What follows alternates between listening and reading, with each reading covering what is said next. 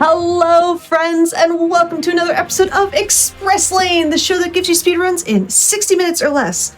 I'm your host, Oscar424, with occasional guest co-hosts of Freya, who's now run away, and Galahad, who's now sleeping, so this is the perfect time to give you a preview of a couple things I have to say before we talk about what's coming up shortly.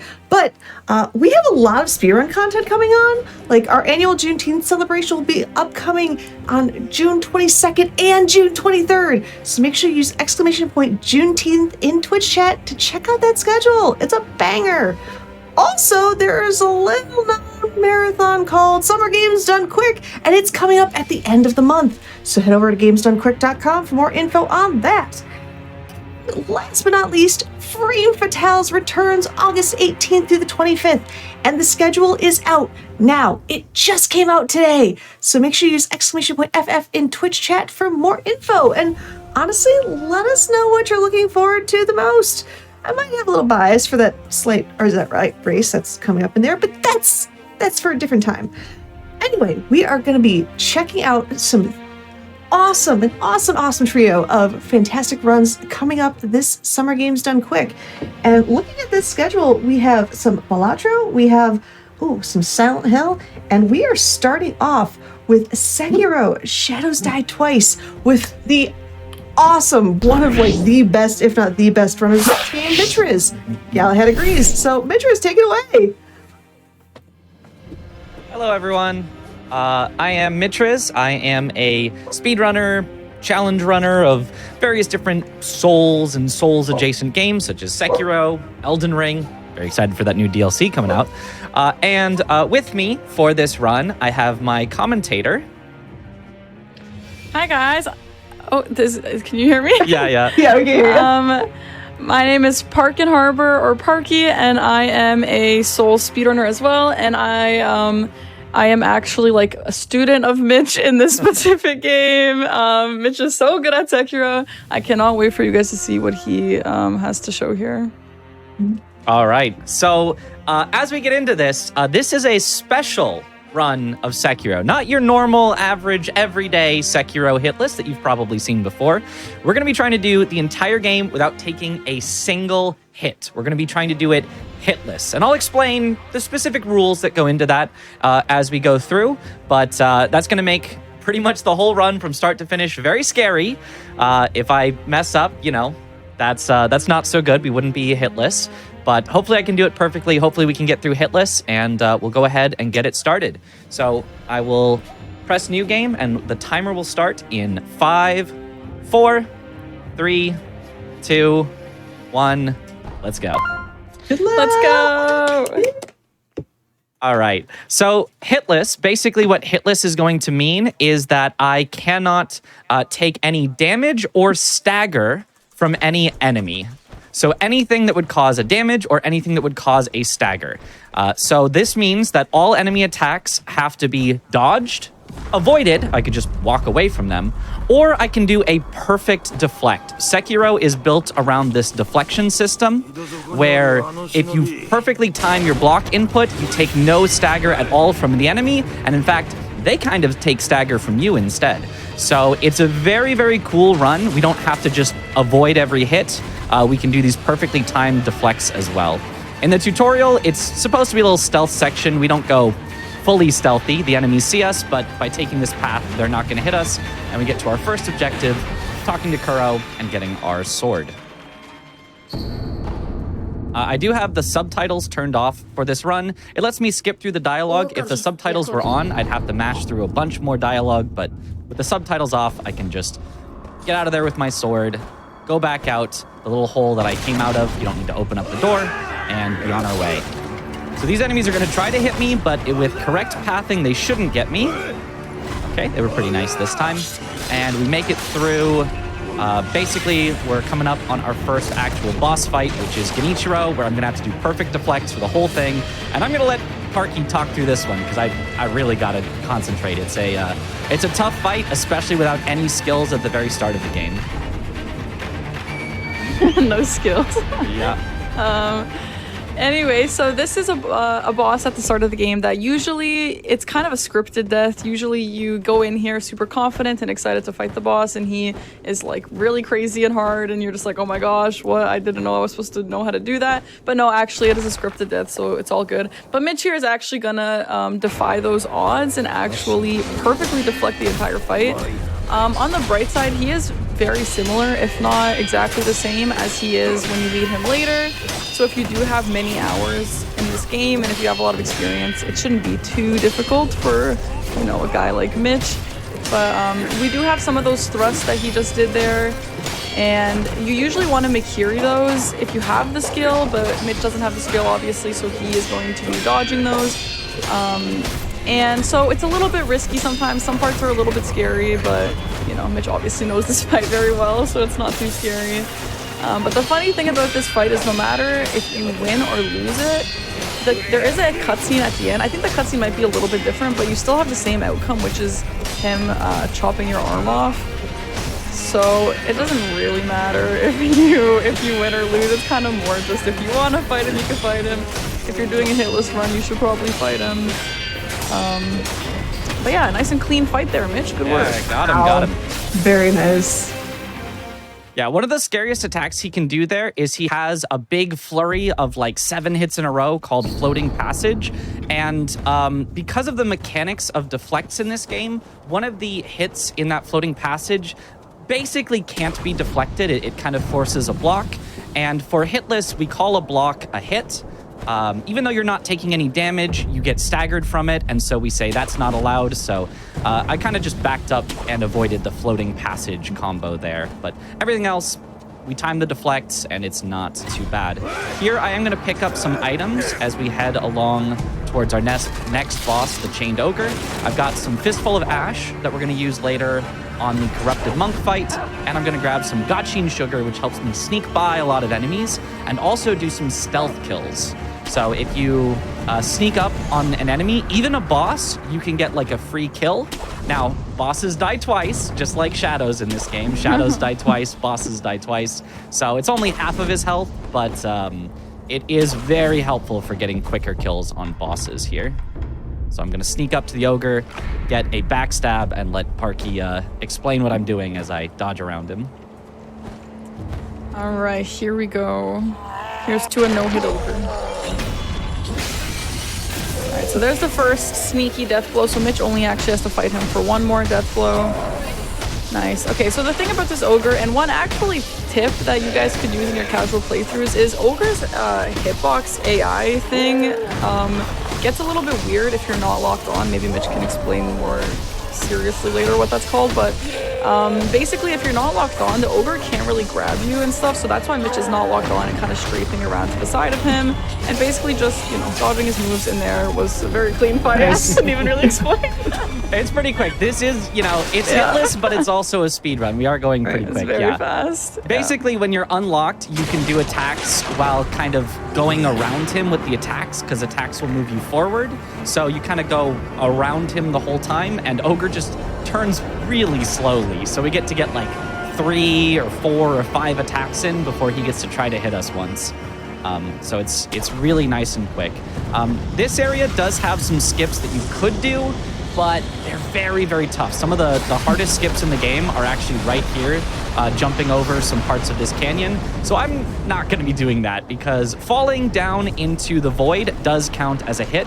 It doesn't actually kill you in this game like it would in a Dark Souls game, but it does count as a hit. So we're not going to risk falling down and losing our hitless run here. We are coming up on the next boss, which is Gyobu.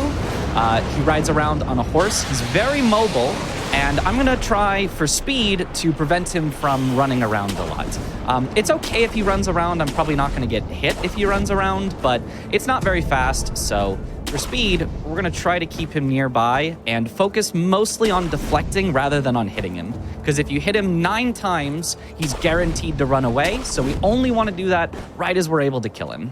So I'll let Parky explain through this one again. All right, so we're going to grab that ash there, and as Mitch meets up with Gyobu here, he is going to hit him 6 times. 3, 4, 5, 6. Okay, nice. deflect, and then so this opening is a little bit scripted, as you can see. It's very clean. Mitch knows what he's doing. I have not been counting the hits, but as Mitch said, if you guys see the posture meter getting up there, Mitch is trying to time the 9th hit when he knows that posture meter is going to get full. It didn't quite happen there, but it was very close, and that's okay. But Gyobu did run around there, as you saw. It wasted a little bit of time, which is why that's important to try and get that at the same time. But that's okay. Didn't lose too much time. And so now Mitch is going to try and get him towards the stairs, because the next portion of the speed run requires you to get up those stairs. So, I mean, being somewhere around here isn't a problem. Just you want to avoid getting him, as far as possible or something like that. Now, for those that might not be fully well-versed in Sekiro, what does that posture meter do? So that posture meter at the top, you can either kill a boss by getting their health all the way down, which is that bar on the left, or you can get a death blow based on that posture meter in the middle there. So posture meter is when you deflect, their posture meter gets full, or when you hit, their posture meter gets more full. And so either you can get a death blow on either a full posture bar or when the health gets all the way down. So the health you deplete by, hitting, or there are some other things you can use. But yeah, for the speed run, you usually want to do posture for most bosses because it's usually faster that way. Gotcha. Yeah. Now, in that fight, I did actually get a block. I was a little too early on one of the deflects. That does technically count as a hit, but we didn't take any damage from it, so I will keep going and try to get a damageless run at the very least, which is, it's still an accomplishment. It's still great, but unfortunately, I was just a little too nervous and did get one block in there. I mean, I didn't see anything. I don't know about you, Parky. I didn't see anything. No blocks. Yeah, that was definitely hitless. That was great. But I mean, That's okay. It's all right. I did see the block, and I was like, Mitch didn't say anything. I had to concentrate to at least not take damage for the rest of the fight, but yeah, it was not quite what we were looking for. If it happens on this next boss, the bull, we will also take damage because the bull does fire damage on all of its attacks, which goes through blocks and deflects. So we actually can't block or deflect the bull on this next fight here. I have to perfectly dodge everything.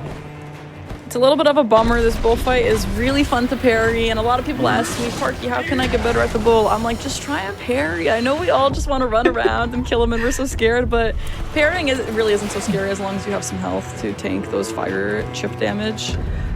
I will say it's one thing to just see these fights and how clean you're doing these intros, but the movement between everything is just so clean. So here, Mitch is gonna try. Oh no! That is a full hit with damage. So as you guys can see, the strat here that Mitch is trying to use is basically stay on the bull's side and dodge through the attacks if he does do some sort of head charge or something. Try and hit his head as much as possible because that staggers the bull a little more. And yeah, you'll see he's doing these charge attacks at him. And there is the bull. All right. An unfortunate little hit there. An unfortunate hit. Now, we do have the option. I could restart from here. Based on my estimate, I'll probably go a little bit over, around 45 minutes in total if I restart right here. Would that be all right, or should I keep going? Go for it? All right. Let's go ahead. Yeah. Let's go ahead and restart here, and we've got our nerves out hopefully this time. Those are the two hardest bosses right there, by the way. I know they're early on, but those are the two hardest. So if I can get through those, I'm pretty confident in the rest of it. So let's give it one more try. All right, chat. We need to see all that hype coming in chat for this. The actual run. The actual run. This one, the actual run. This time for sure. All right. We'll start again in 3, 2, 1, go. Let's go. Let's go. All right. So, back to the start, back to the old sneaking around at the beginning here. So something that I haven't mentioned yet is sort of the rule set of glitches and what is or isn't allowed with glitches in a hitless run. By default, hitless is mostly glitchless. Not entirely glitchless. There are technically a few small glitches that are allowed, but what I'm gonna do is I'm gonna be doing it entirely glitchless. So the couple of borderline cases I am not going to take advantage of, just because I think it makes a very nice, very clean run to watch. So there we go. I also had to do a little bit of an extra sneaky path here because I got spotted pretty early, but luckily did not get hit, so all is well. As Asuka, you mentioned the movement. I would like to say I totally agree, and a lot of people who speedrun Sekiro will tell you that they feel like Sekiro was made to be a speedrun game and stuff like that, and it is just so true. This game is so smooth, it's so fast, there's no stamina bar. I personally love this game the most because there's no stamina bar. It's literally just meant to be fast, and it's just so clean. So it is such a good speedrun for sure. It's like I come from the land of Demon Souls and Lies of P, and it's just that stamina bar. I'm like, okay, let's go. Yeah. All right. Yep. Yeah, being able to just hold down the run button during these running sections is so nice. You don't have to kind of ruin your thumb with press the button, release the button, press the button, release the button. Right. Yeah. All gas, no brakes. I agree, chat. So the fun part about doing the run a second time is I guess you guys can watch all these bosses that we've explained and look a little bit harder at all those things that we've been mentioning. So you can pay attention to that flurry that Minch mentioned and the way he avoids it. And yeah, this is it I was gonna say. Yeah, that's the one you want to avoid. That was a little risky though. I wouldn't have deflected that. No, that was fine. That was fine. There's the thrust that I have to dodge because we don't have the Mikiri counter yet. Yeah, so the timing on those are very, very tight. Once you learn it, but it's like if you go a little too early, he's still gonna turn and hit you and stuff like that. So it's definitely a little bit of a scary fight. But yeah, I mean, the thing with these Sekiro fights is they're all so, like, it's like a dance. And I know everyone says that about everything, but it really is like a dance. And it's like, now it's your turn, now it's his turn, now it's your turn, now it's his turn. It's very satisfying. It's like I can see these in like a martial arts movie. Nice! Clean. Oh my gosh. Very nice.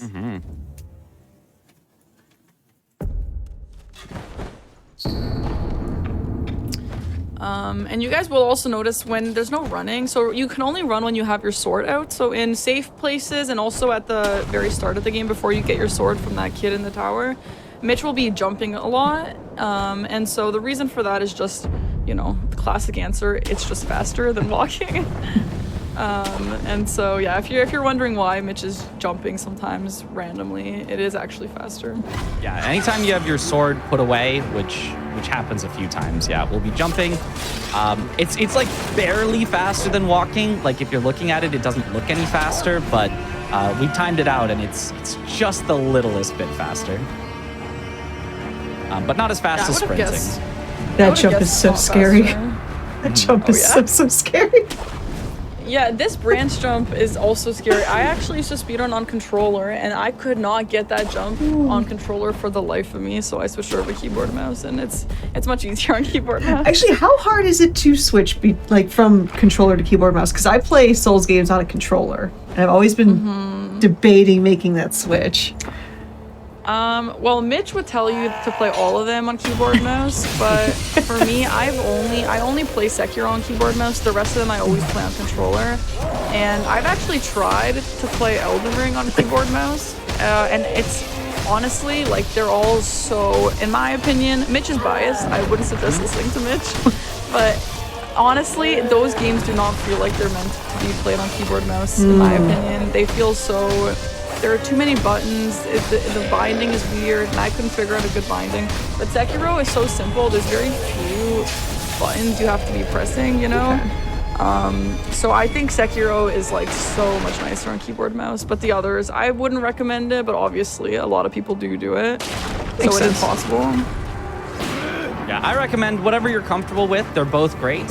Even for speedrunning even at the top level, it's about half of the players use controller and half the players use keyboard and mouse. So whatever you like is really going to be good for you. There's no big advantage to either one. There's a couple of skips that you really want keyboard and mouse for, but you can play like the rest of the game with controller and then just switch over to keyboard and mouse for just those skips. Okay.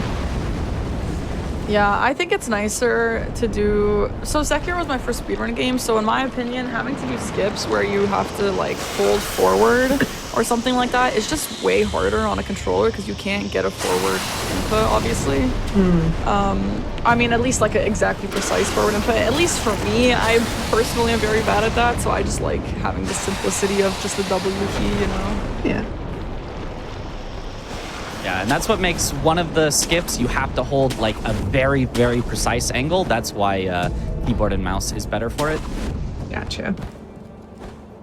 All right, so here we have the Gyobu fight again. Let's see if it goes differently at all. So again, things to look out for is seeing Mitch hit him 9 times and trying to line that up exactly for when that posture meter gets completely full. Also, you can watch for how Mitch is going to try and maneuver him and Gyobu both closer to the stairs as opposed to, you know, the door right before you get the bull. So this is definitely, I think, one of the, you know, people will say Gyobu is like an onion with all the layers. So I agree. There's so much to this fight. It's very, very complicated. Okay, nice. It's gonna be a weird start to phase 2. We're gonna stagger him early. Yeah, so the reason why this happened now, the reason why he staggered early here is because, so what, you know how we said about when he staggers at 9 hits? So that's different if, well, it's not different, but if you deflect him into the second death blow, he actually restarts, or he doesn't restart that count to 9. If you don't deflect him into phase 2, the count does restart, so you count again from 1, obviously. But we don't really want that. I got another block right at the end of the very last hits. But it is still damageless, though. It's still damageless. I tried to get out of range. That particular attack, it's very likely to either miss you or actually hit you on like the back of your head, which is undeflectable. So I tried to back up out of range of it, but I was just barely in range. I pressed block just in case and at least saved the damage. Well, see, that just means they have to tune in to SGDQ and see your run live, so they can get the hit list run. The full hit list, absolutely. Yep. This is just the preview. This is all just a practice. Yep. Yeah. But yeah, if it wasn't already clear, getting hitless in this game is particularly challenging, even amongst, you know, some of the most challenging games, because every single hit has to be that perfect deflect on this very, very short window. It's a game that's very worthwhile to learn doing hitless. It's super fun, but it is a big, big challenge for sure. Yeah, it is pretty scary with all those parries. A lot of hitless Souls games. I don't do hitless, but from what I've seen, it's a lot of range stuff, a lot of magic attacks. But this game doesn't super have a lot of that. It's kind of just you and your sword. So, you know, this is truly just skill, which is what I like about Sekiro. I don't do hitless this game either, but I do like Sekiro because it's just you and your sword for the most part. All right, and here we're gonna do bull again. Damageless for sure this time. And that buff Mitch just used is some extra damage, just to make it go a little faster. Nice dodge there. Unlucky. Nice.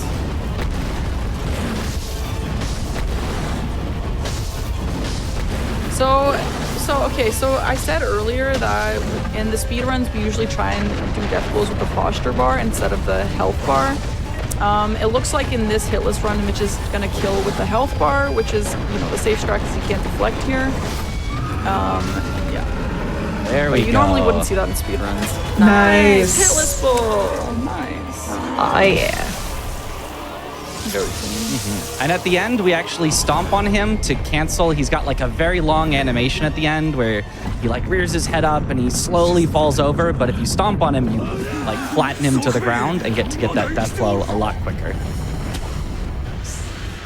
All right, here we've got some shinobi, some nightjar that are going to try to throw shuriken at us.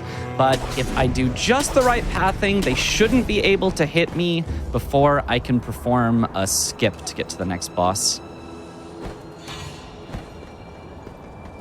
Very particular path here. One of them will see us and try to throw shuriken, but he shouldn't get us. There's the woo guy.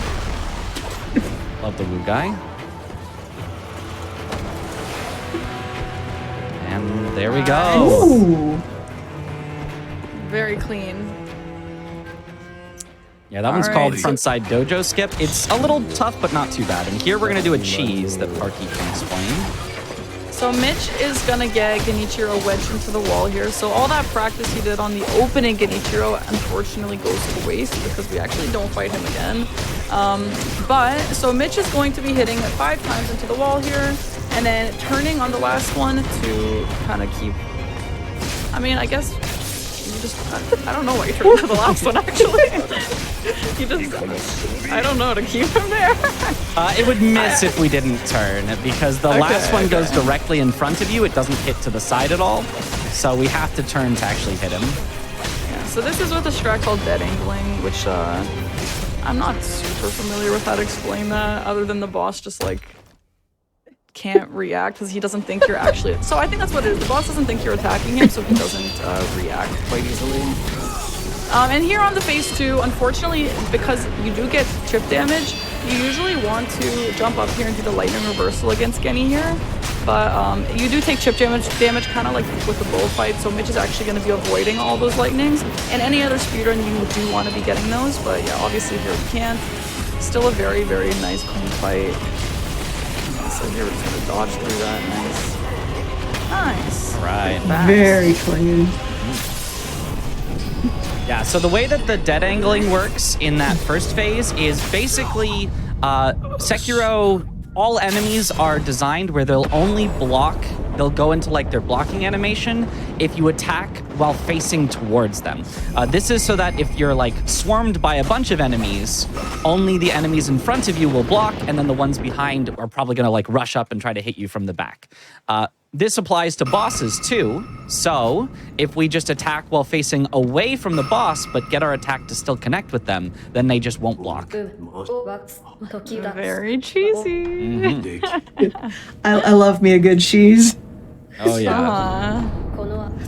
Yeah, so here's the story part of the game. Just a lot of talking, a lot of moving, not the fun kind. Yeah. Luckily, we get to skip through all the dialogue because subtitles are turned off. So I only have to go up, start the conversation, and then just immediately leave. Just like, yeah, whatever, Kuro. I got it. I like how Chet is naming that one fight. It's like Genny chose to block with his face, and then also the who hit me strat. Very nice. Yeah, must have been the wind. Must have been. All right, so are we heading to the sculptor here, or are we just gonna go? Yeah, we'll head back to the sculptor before we head off to Roberto.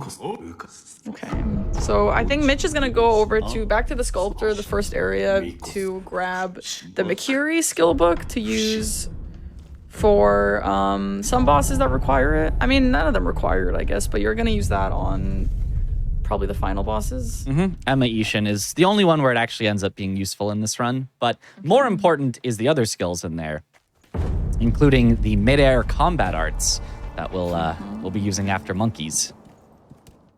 I didn't realize that was that same skill book, actually. Oh yeah. That makes sense. Would you get the book still if it wasn't those? Would you just get it for Mikiri? No, you wouldn't get it just for Mikiri. It'd be a little bit too slow. It still overall barely saves time with the mid-air combat arts because it takes around 20-ish seconds to grab, but it saves around 30 seconds in fights. For hitless, you might still grab it because it does make the fights a lot easier, but for purely speed, we only grab it because of that mid-air combat arts skill that we'll be showing off later. Very, very powerful. It is a very crazy jump.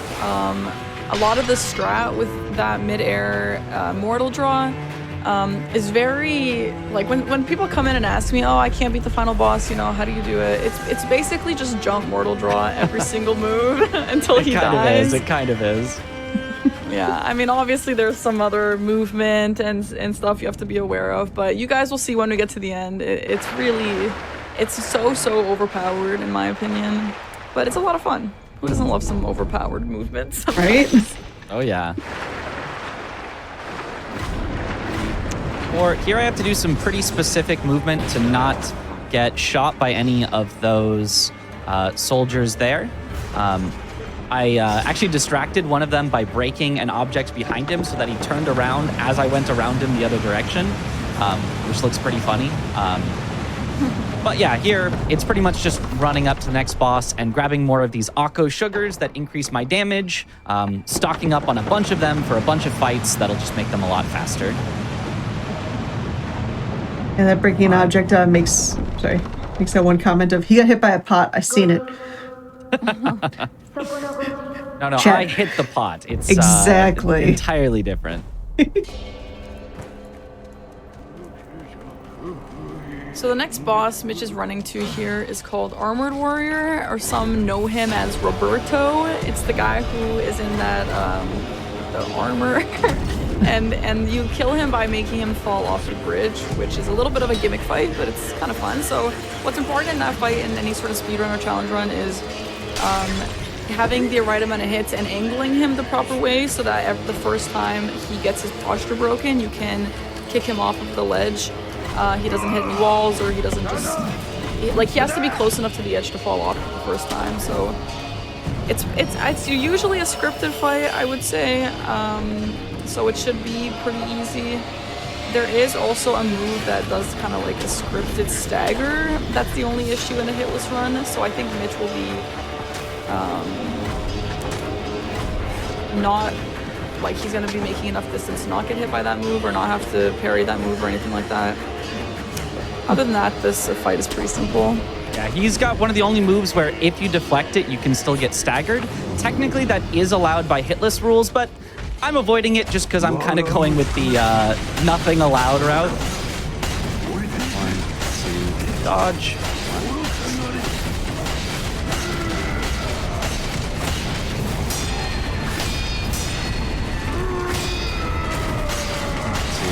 3, 4, 5. One more. Nice. And knock him right off. Beautiful. That was that perfect? amazing. That was seemed perfect. Flawless. That was Yeah. amazing.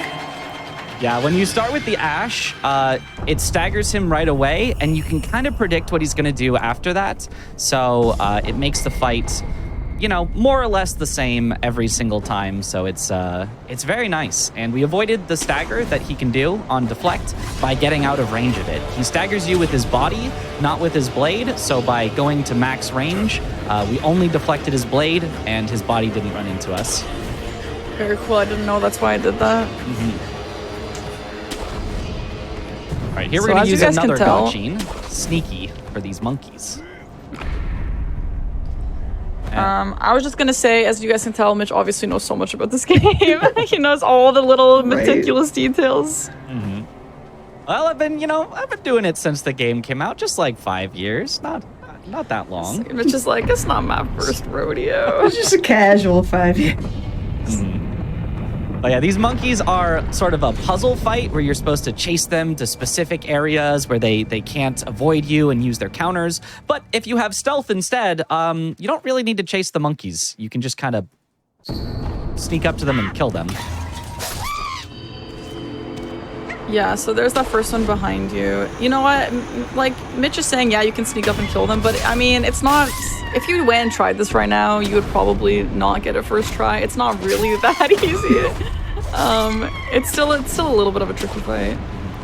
Yeah, and for this last monkey, we could sneak up and kill him where he is, but there's a couple of other monkeys there that will try to hit you. So instead, I'm actually going to do the intended counter to this guy, put him into the dark room where he can't see, and take him out here.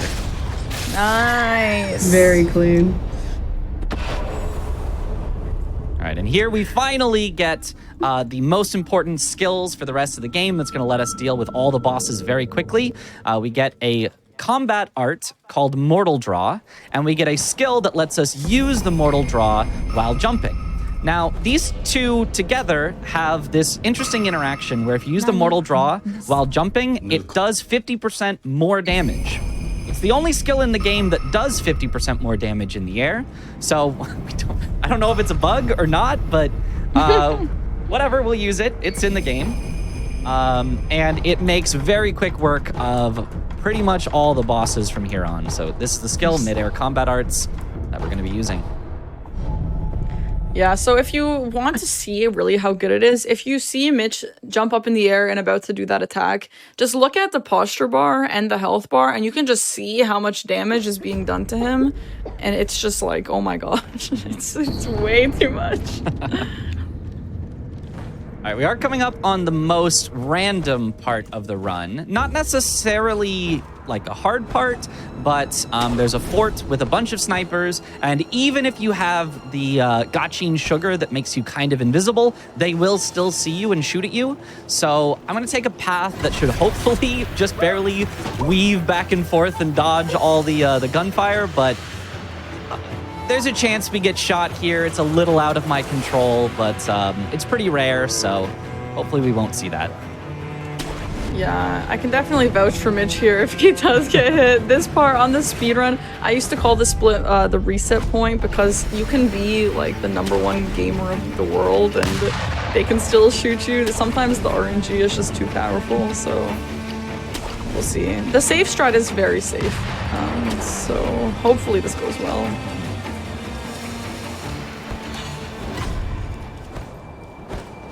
Are you gonna grab the idol here for safety, or are we just... Nah, we're just going. Even if I get There we shot go. once, it shouldn't kill me. Okay. I mean, it shouldn't, so we'll be fine.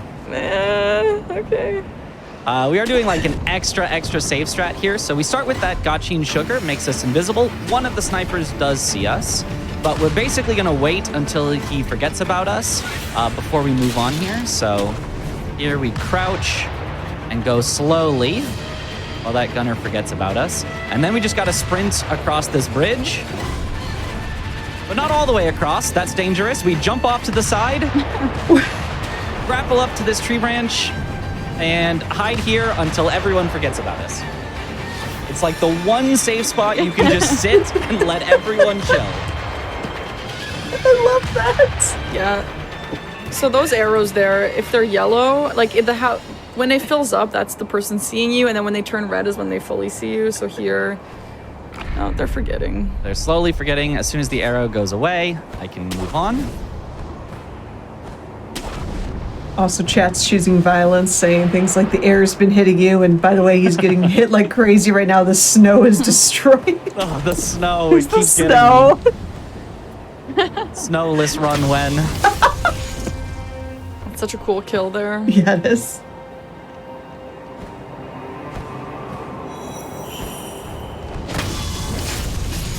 Nice. Okay, sneak by the last guy. Okay, cool. And we're through the scariest part and on to our next boss, the Centipede, Parky's favorite. I hate this boss. I hate it. It like should be the most consistent boss, but it's just not. And you expect it to go so well every time, and then it doesn't. Okay, well, it went well there. What's it? Nice. Parky, I'm getting mixed signals from you. I can't tell. I can't tell how much you like this boss or not. Yeah, so see, this is how it should go. Exactly what you saw Mitch do there. It should do that every single time. But then randomly, it doesn't. And even Mitch was telling me today he found some new thing that is just random if he's going to die or not. It's just like, Oh my gosh. get rid of it. Take him out of the game.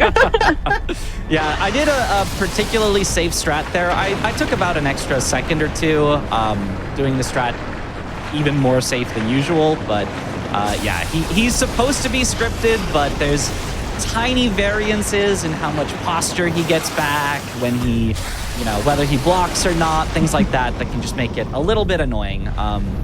He's like 99% consistent, but I do that extra safe strat to turn it to 99.9% consistent.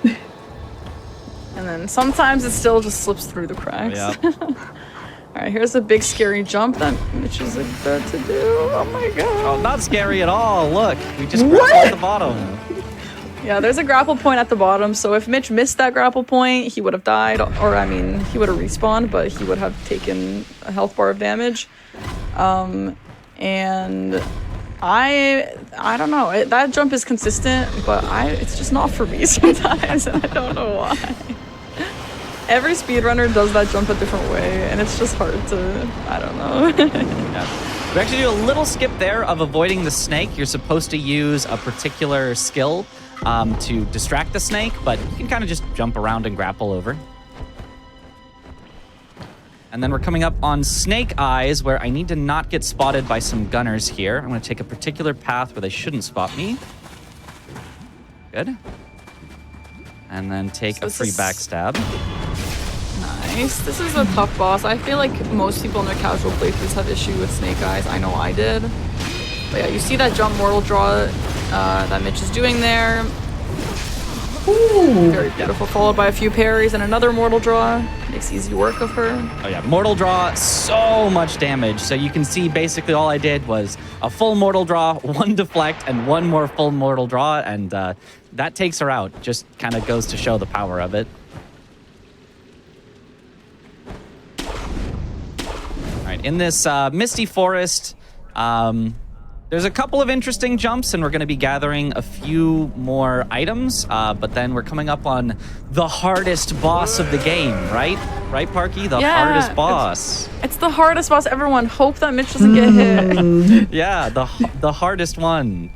So here we're grabbing Yashiriku sugar, which is like the Akko sugar we've been using, but actually twice as powerful, but it cuts your health in half. Luckily, it does not count as a hit. But yeah, so it normally would be very scary, but since we're planning not to get hit anyway, half health is not so bad for having a whole bunch of extra damage. And then here's the hardest boss. Ah, he's so scary. Oh, we got him. We got him. Woo! Oh my god, my life flashed before my eyes. Chat pop off for that. That was gut-wrenching right there. And that's the chat joke. Whenever you get here, the chat always makes that joke. So whenever I'm watching another speedrunner do it, I like to make that joke as well, just to feel like I'm, part of the chat. I get to be part of the chat. Let's go. Yeah, it makes the most annoying joke in the entire game. All right, guys. We're actually coming up to a really interesting boss here, the Corrupted Monk.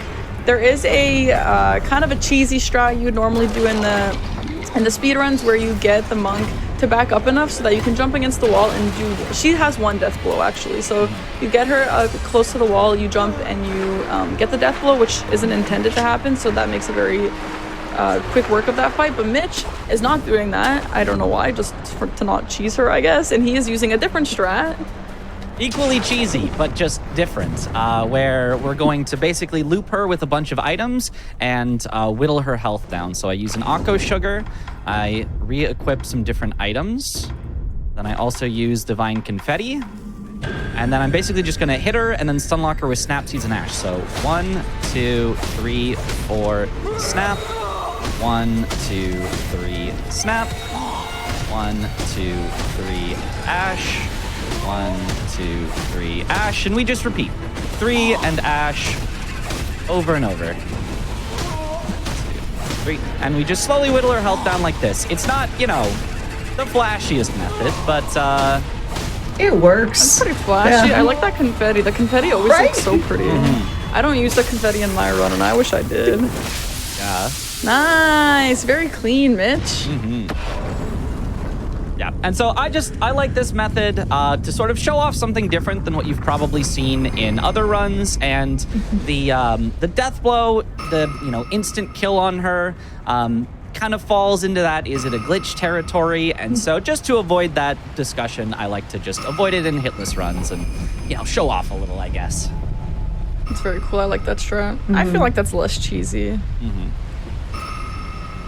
Still cheesy, but like a little bit less. Yeah, a little bit less. It's like regular cheddar versus sharp cheddar. Yeah. Sure. All right, coming up on the Guardian Ape, which shouldn't be that bad, but he's got some interesting hitboxes. So the first phase, we're going to do another sort of loop, an AI loop with some staggers. And then the second phase, I'm pretty much just fighting him straight up. And if you fought him, you'll know there's a very scary scream that he does, but I should be able to interrupt it with the Mortal Draw and not take any hits.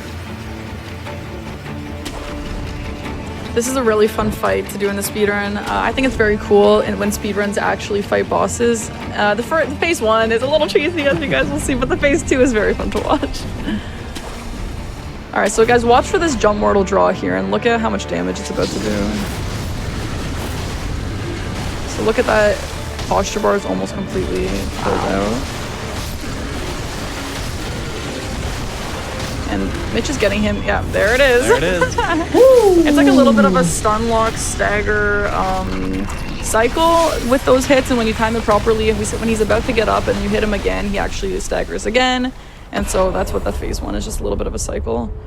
And the Mortal Draw, we get to do even more damage with it. We both jump, which does extra damage, and hit him in the head, which does even more damage. So it really takes him out quickly. Oh yeah. The scream. Right, so there's the scream. Yep. Nice.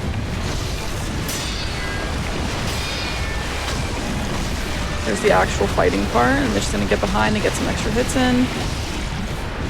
Back up and parry, good. Ooh. Nice. Oh my goodness, so nice. Nice! If you ask me, that's perfect RNG. That was so good. So good. Yep, that was exactly what I was looking for. At the end, you can even headshot the headless ape. If you hit the stump of his neck where his head used to be, it actually does extra damage. Yep. It's crazy. I love that. Yeah, so that is a very, very cool fight. That uses a little bit of cheese, a little bit of real fighting, and it's it's a very fun one. Mm-hmm.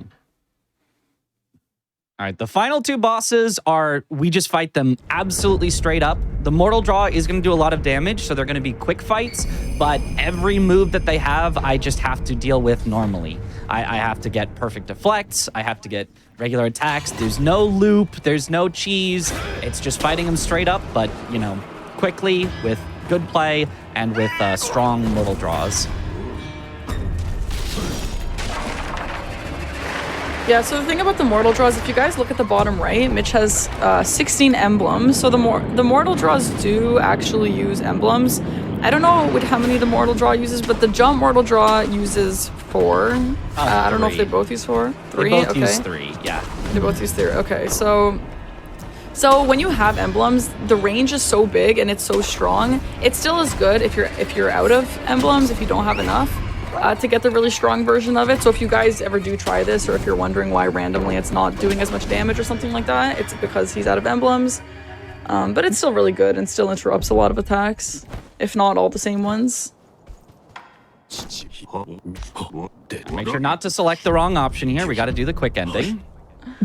Yep.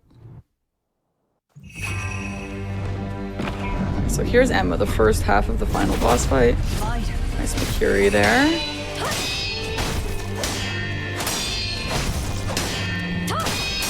Such a fast fight, it's very satisfying. Especially with that Yash Mitch used, it's so fast. Nice. Wow. Insane. Yeah, we pretty much do a 1 attack, 1 deflect pattern on her. It's a little bit faster than attacking her multiple times and letting her deflect you. Alright, here it is, chat. This is a very satisfying fight.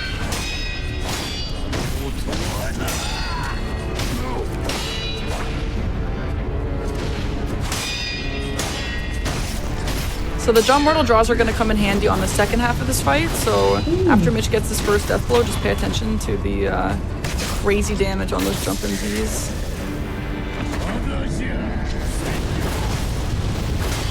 Alright, so that was a scary move that he was just doing, so Mitch actually just knocked him out of that, which is lovely. This boss is pretty scary because of all the fire everywhere, personally. I don't really love it. But there it is! Wow! Yeah, as So we said, fast. jump portal draw, and you get them. Yep. All right, so Wow. not quite hitless. We did have one block, but no damage taken from any enemy. I'd say that's a pretty good success in my book. Oh yeah. You guys just have to tune in for the SGDQ. Yep. Exactly. All right, time is coming up once we see the credits start. So ready and time. Wow. Yay! So good. Jeez. Oh my gosh. It was beautiful. See, this game is so meant for speedrunning, and Mitch is obviously Sekiro god and just makes it look so beautiful. Right? Such a great run. Oh, you guys are too kind. But yeah, thank you for having me. Thank you for the little preview of SGDQ. Can't wait to show it off there as well. Yeah, if you enjoy Sekiro speedruns, maybe Elden Ring speedruns, Elden Ring DLC, you know, can find me at twitch.tv/Mitris or Park and Harbor at Park and Harbor. Park. Okay, all right, well that works. Yeah, I do the same stuff as Mitch, not usually as good, but similar. Yeah, you can find me on YouTube or Twitch, whatever's easier for you. And thank you, Mitch, for having me. It was an honor to commentate your run. And with that, you know, you can send us out of here. Yeah, and for those tuning in, correct me if I'm wrong, but I believe your run is Thursday, July 4th at 9:20 p.m. Eastern, I believe, roughly. I believe that's right. I'm sure it'll shift around as the schedule changes, but it's around there. Something like that. But yeah, definitely check out this run. It's going to be absolutely wild. Thank you so much, both of you, for coming on. That was so cool to watch. Y'all are amazing. Keep giving GGs in chat for that wonderful run of the damageless Sekiro Shadows Die Twice. And before we go to our quick hydration break, I do want to remind everybody that your subs, your Prime Gaming subs, gift subs, and any of the bits that you cheer on this channel, the GDQ Twitch channel, help support Games Done Quick Hotfix. So if you really love watching speedruns like that, because I totally do, you should really consider subscribing to the channel. So with that, take a quick hydration break, stretch it out, and we'll be right back with some Silent. Hello again, friends, and welcome back to Express Lane. We are doing a preview of Summer Games Done Quick 2024. But before we get to our next run, I do want to mention that, did you know that Games Done Quick is actually heading to PAX West? Just so you know, submissions are now open until the 21st. So that's like 3 days away if I can math correctly, but math is hard, so close enough. Anyway, use !PAX in Twitch chat for more info on that. And also, while you're here, you should totally join the GDQ Discord and add the new Hotfix role, where you can keep tabs on upcoming events, talk with staff and showrunners like myself, and more. All you have to do is type !Discord in Twitch chat for more info. Now, I think I've seen this particular runner before doing commentary like 4 weeks ago or so, but I think it's time we watch some Silent Hill from Death Tropes. What do you think? Death Tropes, you want to show us some of those fancy new game all bosses? I sure can. How's it going today? Yeah, I'll be doing Silent Hill all bosses today. Usually you have what's called the romper skip. We're not going to do that today. We're going to fight every single boss really, really fast.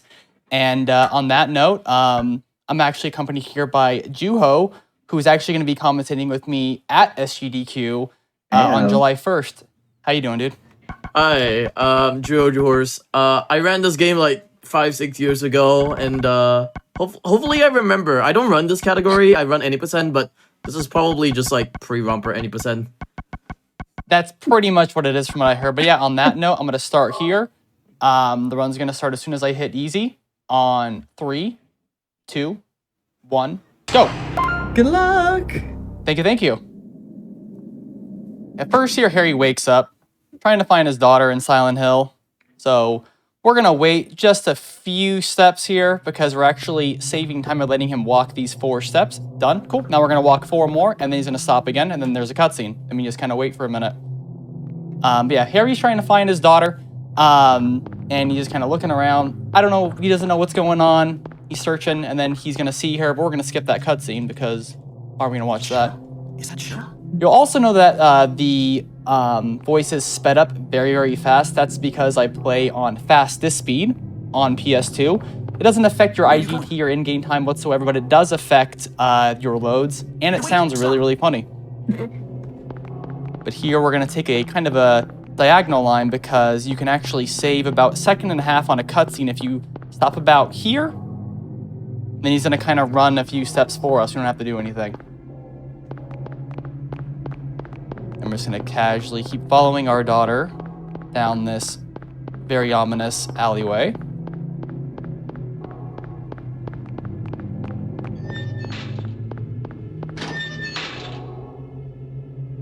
I see our chat has continued violence from the previous run. Now they're saying that this is neither silent nor hilly. The thing is, for a place called Silent Hill, it is probably one of the loudest places on the planet. Right? If you've played a Silent Hill, there are so many loud parts to it. All right, so by the way, last run, very cool, very impressive. I love Soulsborne games, so that was very cool to watch.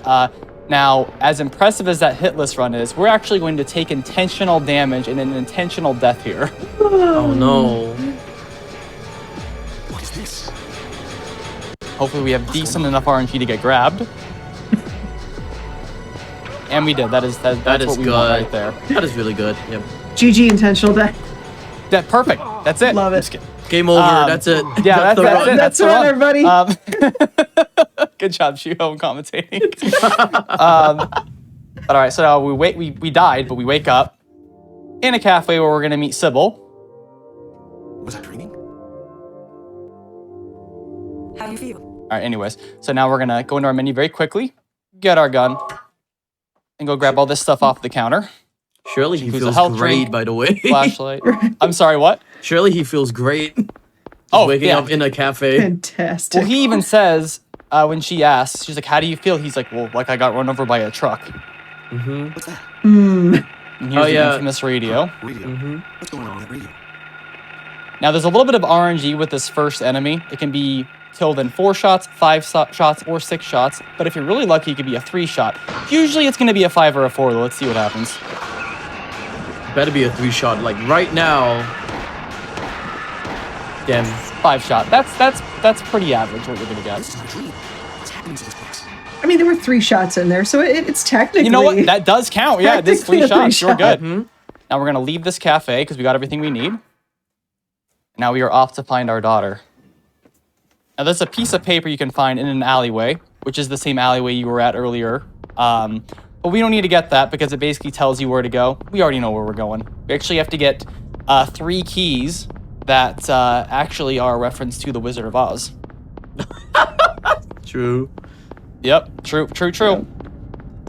Yeah, to further explain what the story is, anyway, we're playing as Harry Mason. Harry Mason just crashed into this town called Silent Hill with his daughter called Cheryl Mason. And then Cheryl Mason is like, oh yeah, let's wander off to somewhere else. And like, okay, thanks, Dad. Bye, Dad. Bye, Yeah. Dad. Yeah, so this part is We going just to be got a our very first key. long excursion, I guess. To, It like, does 3 take a different few places. minutes. Mhm. Yeah, so basically we're gonna run around and grab all the keys and stuff we need in order to go to our first area, which is like a dungeon essentially, which is the Midwich Elementary, where he finds out where his daughter is most likely heading because he finds a drawing that says to school, but we're not gonna grab that because we don't need to. Yeah, I can't Comes our believe like second key. Cheryl has to go through different places. She's like, oh, I'm just gonna wander off. Goes to She's a just school, wandering, yeah. goes to like a hospital later, goes to a What boat. child wouldn't? Oh wow. Oh wow, you got Bad hit. luck. Very bad luck. Usually that one kind of leaves you alone. You know what? It's fine. It's fine. It's fine. We're just gonna ignore that. But air streamers are a typical RNG just madhouse. This one's coming too. This is awkward. Uh-oh, wow. That's just crazy weird RNG. But yeah, they can basically come and snipe you out of nowhere. So basically the outside area is just scattered around with these, oh god, what are they called again? I don't remember. Air It's been so screamers. long. Yeah, air screamers, there you go. So he has to try to avoid as much as possible just to not get damaged, and if he gets damaged then yeah, there's like health drinks all around, but ultimately you just don't want to take those damage along the way. Yeah. That one. Go ahead. I'm sorry. Oh yeah. So right now at this point, he's gonna run all the way straight to like a piece of paper, which tells him, yeah, you have to go into like this house.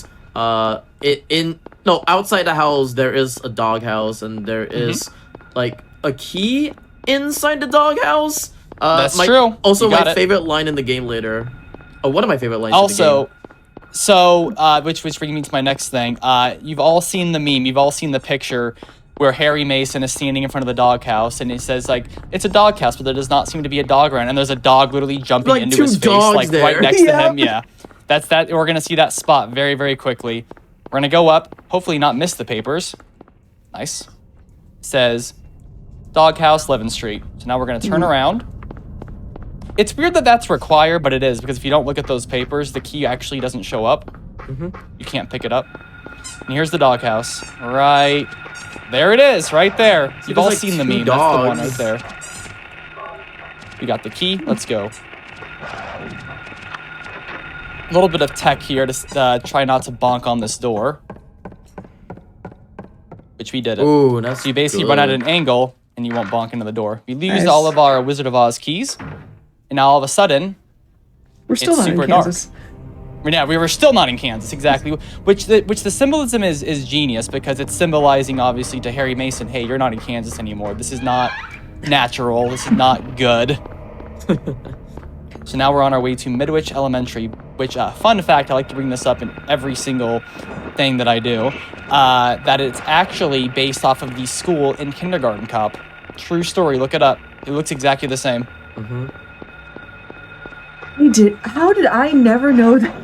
Yep, it is Yeah, based off it. If, they based if it off you that. see the front of the school and then Google the image of Kindergarten Cop, it's the exact same. Oh my god. Mm-hmm. Well, you two have fun. I'll be right back. I have some Googling to do. Perfect. Yes, absolutely. Do your thing. Do your thing. But while Death Trolls is at it, he is trying to like navigate himself towards the school. There's one point where he actually turns off his light because there's enemies all around him, and you don't want to lead like the enemies. That's towards- why Yep. a lot of the enemies in the game are actually attracted to the light, which is why a lot of this run you're going to see me running around with my light off, which is unfortunate because it is hard to see, but it is absolutely necessary. So we come to the school. School has like First major two different- dungeon. Yep. School has like two major like areas. This is like the overworld, if I'm not mistaken, and then afterwards, later on, we're gonna be going into the other world. There's like two exactly. planes in this. So now we're running place. around the school, grabbing various items that we need to progress through. This first thing, a chemical, which we will use the chemical directly into the next room.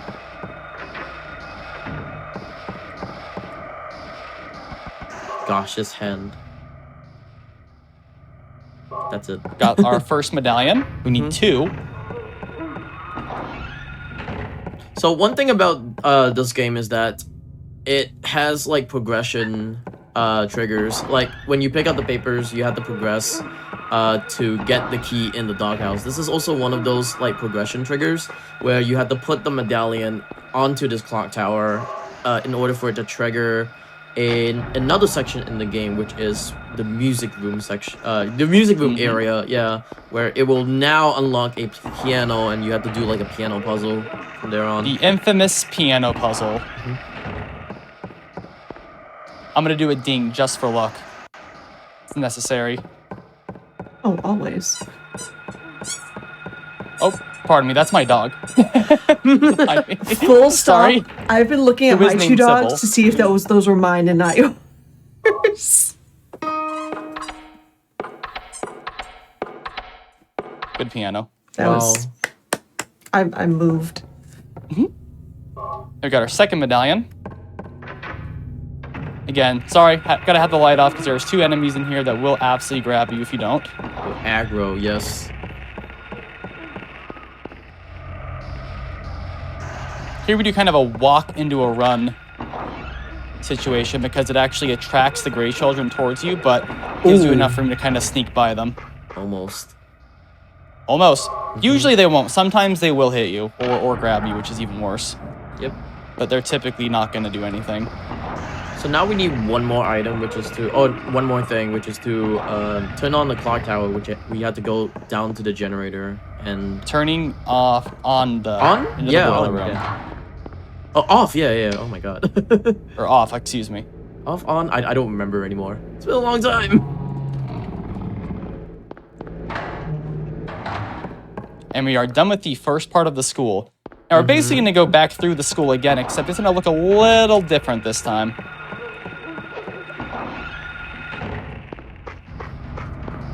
There we go. Alright, so now we're actually going into the other world, if I'm not mistaken. Yeah, other world. That's where all the scary magic stuff happens. Here we go. Yeah, so It's now the same place, essentially, but it's just looks a little bit different, I A would say. lot Just different, a yes. little bit. Now this is the kind of school I remember growing up with. Exactly. So now, Death Trope's objective is to escape from the school. So he's gonna try to escape as quickly as possible so that we can go on to the next part of the game. But yeah, what am I? Oh yeah, to further explain what this category is, this is all bosses. Basically, in like pre-romper, we call it pre-romper. There used to be like a romper skip. No, there used to not be a romper skip until like 2018 when I think it was Aaron. Yeah, I think it was Aaron. Aaron found like a romper skip that skips Twin Feeler. And That's very true. now we don't do Twin Feeler in any percent, but because this is all bosses, we still have to do Twin Feeler. So hence why we call it pre-romper skip. Right. Yep.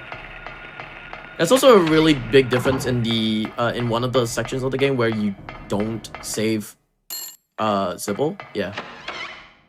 That's correct. Yep. Because in any percent back then we had to save Sybil by doing a glitch. This one, however, we are not gonna do a glitch. We actually are just have to gonna fight Sybil Yeah, we're because it gonna is all fight Sybil. bosses. Now we're making our way up to the roof. I've been kind of just running through school, grabbing various items. We did grab our the next weapon we're going to use for the rest of the run, which is the shotgun. So we have that now. Now we're on the roof. We're going to place a ball into a hole. Yep, you heard me right. Super weird. This is PG. What are you talking about?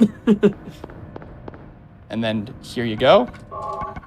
And then right there, Oh, just yeah. putting the ball in the hole. Yeah. The other thing is that like right now, yeah, as Death Tropes is saying, yeah, we only got to use the shotgun. Initially, we were supposed to use the shotgun and the rifle, because the rifle was supposed to be used in the later part of the game. But because routing wise, and I think a lot of work over the years, it's just only the shotgun. So I love Yeah, that you have a because- ball emote. Oh, yeah. It may or may not be in chat right now. Yes, it is. I always say, let me see them, guys. We love all balls. Shout out for Harry. That sounded... Oh my Another room where I gotta run with the light off because the gray children like to be weird. See, look at that. He was right in front of me. Didn't like that. And we're gonna swag straight back into this hall.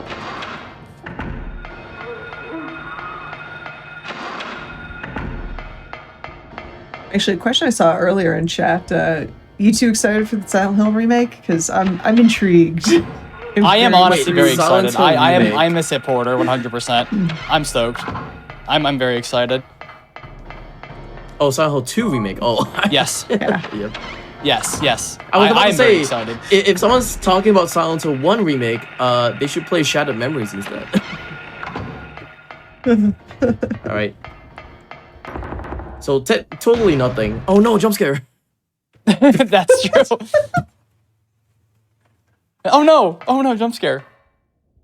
Funny thing is that in Overworld, that is supposed to be like a cat just coming out of the locker. Yeah. You actually go in there in a casual playthrough, you would typically go into that room and open the locker and a cat jumps out and also scares you. But there it's a dead body.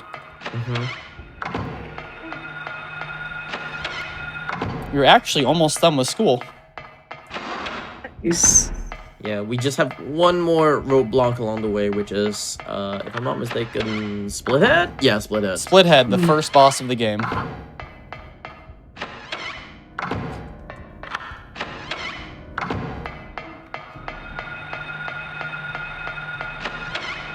bit of tricky movement there. Don't get roached. It's very rare, but sometimes that roach can just be in front of you and hit you. And then it's like humiliating because you took damage from a bug. This is another difference than the 90%. In all bosses, we actually have to grab this ammo so we can have enough ammo to finish the run. I cannot tell you how many times I accidentally forgot that when I was learning this run. And then I would get to a boss fight later and I would just stand there and shoot nothing and like, well, cool, I guess this is over. It's over. Also, So this, here is this the- part is really difficult movement wise. Like Harry Mason actually works like a race car, if I'm not mistaken. The way I like to explain how Harry Mason moves is that it's like trying to drive a yacht up of a muddy slope. Yes. That's how it feels to move, 100%. But basically, we just went into this room, it's called the valve room, and we moved the right valve twice, and then the left valve 3 times, and then we opened up the gate that leads us to our first boss fight, which is Splithead. Now, Harry likes to do this thing after he beats this boss. It's kind of weird, but I've grown used to it. Yeah, I know what you're talking about. The boop. I got the boop. I didn't get close enough. It's okay.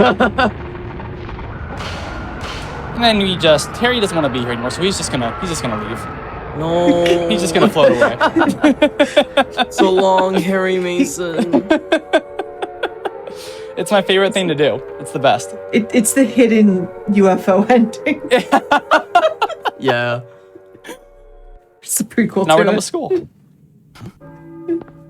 All right. So Grab we saw a this little key. bit of someone, which later on will be talked about in the game, but that's Alessa Gillespie, if I'm not mistaken. Alessa Gillespie, It is. sorry. Yep. So now we have to meet the mom of her, which is Thalia Gillespie, Mm-hmm. which is another big journey towards the church. It's not as long as the first part though. This part is a lot faster on the streets. Mm-hmm. The beginning when you're collecting the keys, that's probably I like that part of the run, but it's definitely not as action heavy as the rest of the run. During the day in the streets, it's a lot calmer, which is a good balance. Even for like a casual playthrough, like your first time playing, you're gonna be in this dark, spooky town, and then it's gonna be light again, and it gives you that sense of just of like calmness. That like, okay, I made it out of this. It's not as scary anymore. But unfortunately for Harry, we go very fast, so he's gonna be in the dark again very, very soon. So we're making our way through the streets again, and like Juho said, we are going to the church. Yep. Talk about gyromancy. Mm-hmm. We're gonna What meet are Thalia circles? Gillespie. It's literally just like, what circles? Circles are scary? Oh no. Of course. I just So a little like bit of tech like here yeah, it was For avoiding I think an I air just screamer. remembered about the lore being like, oh yeah, gyromancy just talks about circles and stuff, but circles are scary? You're telling me a Circles are circle? Almost to the church now. Yes, it was foretold by gyromancy. We're almost there. And then we have the bridge control room, which is every runner's blockade Yeah. at it's, some point. It's one of the tightest rooms in the game because it's really small and also at the same time, like movement wise, it's hard, it's difficult. I remember running this game, it's so difficult. I'm gonna grab a couple items for Harry now, which includes the Floros and the drawbridge key.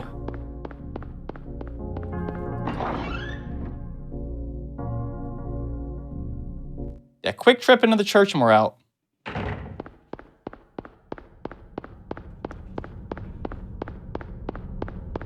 I don't remember again- what you used that pyramid-like object for in the game. Floros I think on? it's for You the don't- ending of it, isn't it? You don't use it. It's basically just an item, like a lore item, Yeah. essentially. But the thing is that like if you don't take that item, you just don't progress in the game.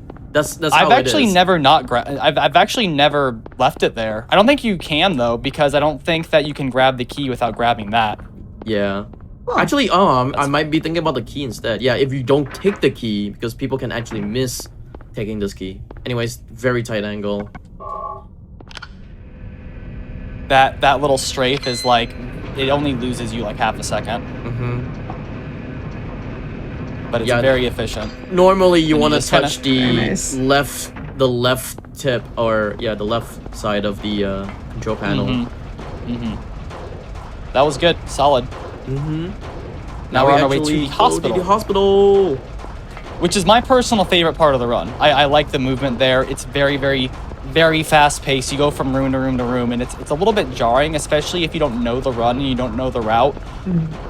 It's very like, how do you know what you're doing? Because it's just very fast paced, which is why I like it. It's very fun. Is this your favorite Silent Hill? Is this mine? I would say 3 is, honestly. I'm about to say, I just pulled up your speedrun.com leaderboard, and it like is Silent Hill 3. Yeah, there's a few. A few? Your A few, definition yeah. of few is a little bit What are you different. talking about?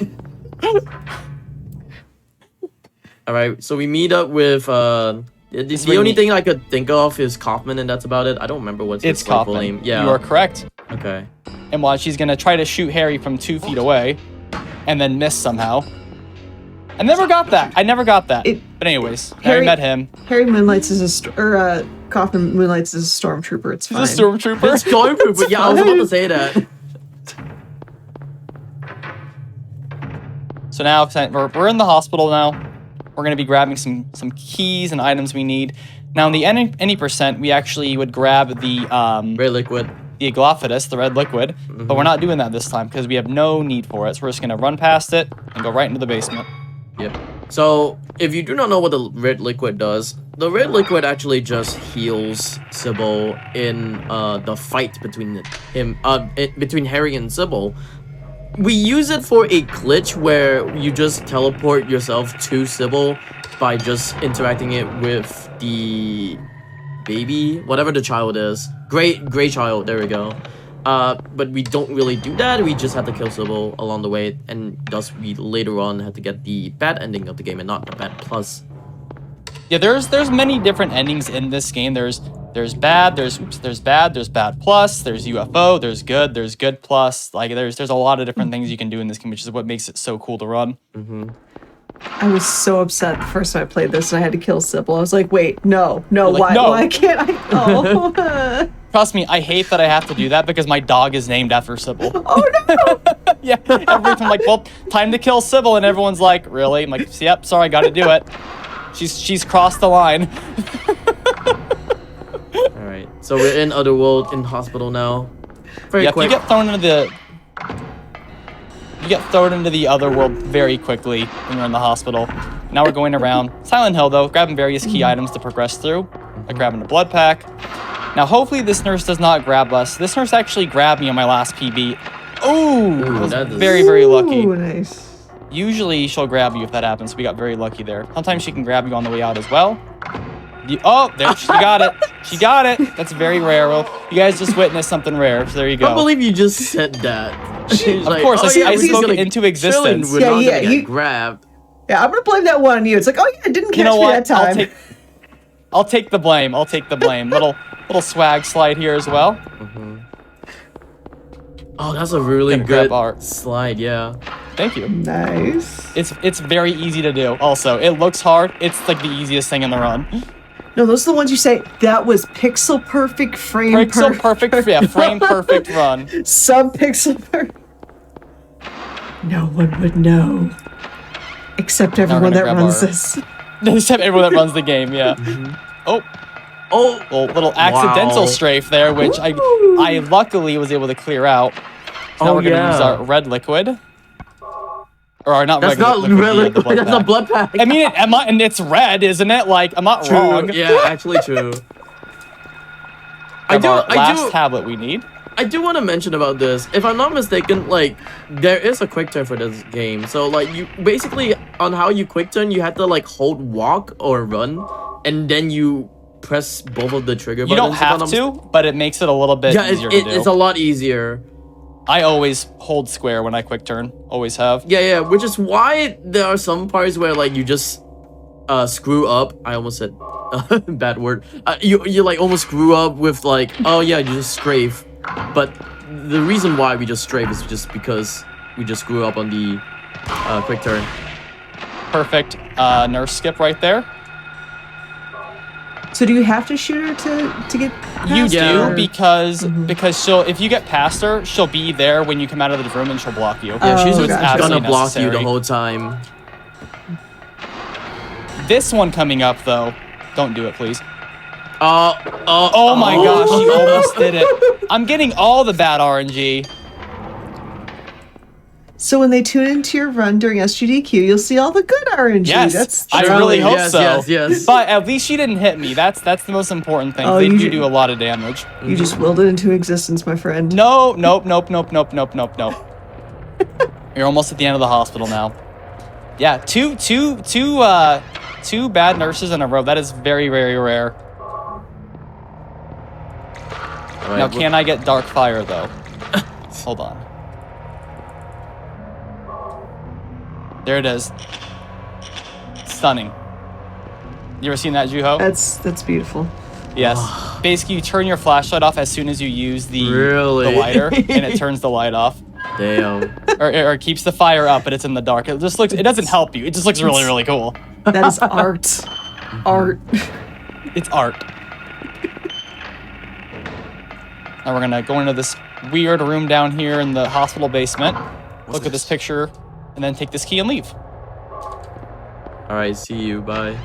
Just look at a picture Later. of Alessa Gillespie, and that's it. I've seen you now. I must be off. And I am out. Yeah, we're basically 3 more rooms and the hospital's over. The only thing left in hospital is Dr. RNG, which is a pain in the butt if it's bad. So the guy who's like blocking the door? Mm-hmm. He Oh, could be yeah, he can be standing in actually, front of the yes. door, or he could also be just totally away from it and not caring. It's this guy right here. Yep, Wow. there you go.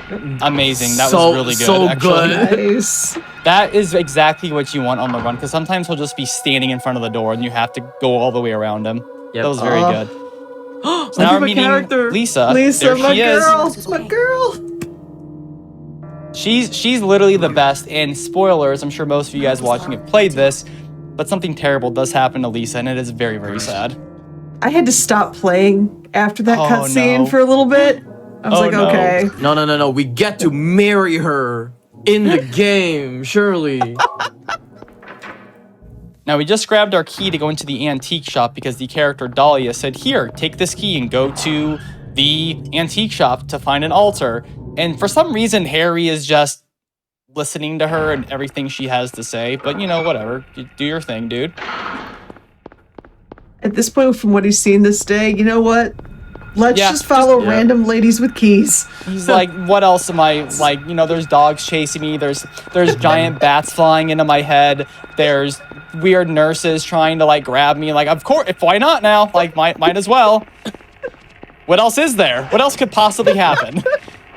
So one thing about the key as well, earlier I mentioned saying that if you don't pick up the key, you just cannot progress. This is also one thing that like they also do, which is just like leave the key. They don't really just give it to you. Yeah, they just pick this up over here. Cool. Yeah, just Later. don't give it to us. If you don't pick up the key, you just can't get in, and then you'll be stuck thinking, what Yeah. am I supposed to do? Yeah, exactly. Like, what am I supposed to do? And then, like, oh, Well, no, we Just are in pick the up the antique key. shop. It's bad because like sometimes I just forget about the key and just run towards you. It's like, oh yeah, let me just reset my run real quick.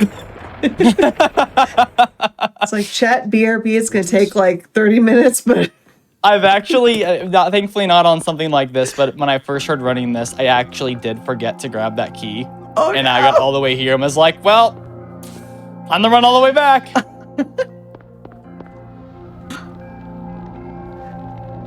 All right, now at this point, This point Harry is found- any percent nightmare. Any percent runner nightmare, but you know, we're doing all bosses, so we can just skip that. we're gonna skip that part. Was that another dream? So romper skip is just to skip this boss entirely, which saves like 5 minutes in the any percent speedrun of it. For all bosses, we just have to fight it, and it's pre-romper anyway, because in the past, back like before 2018, I guess, we still had to fight this boss. There's a new way to fight it, if I'm not mistaken, or just like I heard about it. Yeah, back then when I was running this game, when I was like 19 or something, I just like, oh yeah, we had to fight this, and then there's a skip, and I'm like, what? I just came in like 2-3 months, and then they just found a skip. Yeah, I literally was like, The skip oh yeah, is I want great. to speedrun Silent Hill, and then like 3 months later, they just found out about it. So yeah. Let's see if we can do this.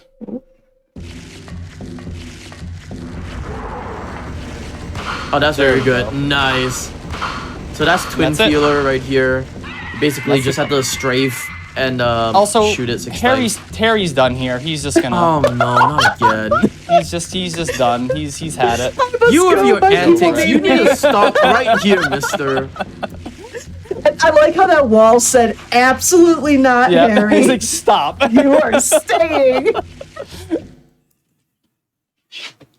And now we're back out on the Silent Hill streets. Except now it's dark on the streets, which is a really cool side in my opinion. It's one of the best parts of this run. Now we are making our way back to the hospital.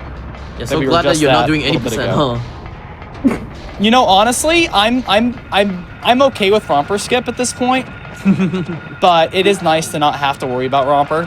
Yeah, Romper Skip is actually quite difficult. It It's is consistent, difficult, yes. but it's also quite inconsistent. So there's that.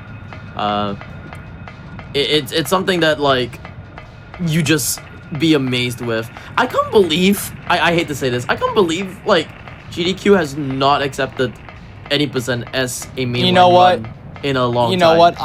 I was honestly just grateful because I did submit for any percent as well, and I'm just grateful. Mm-hmm. But hopefully at some point, We're Romper grateful Skip to will have be back. Silent Hill, okay? Yes. Yeah, it's just awesome that Silent Hill is gonna be there. Yeah, for those who do not know, this is first time in 6 years that Silent Hill is back. Yeah, last time was shown by Punchy in, if I'm not mistaken, AGDQ 18?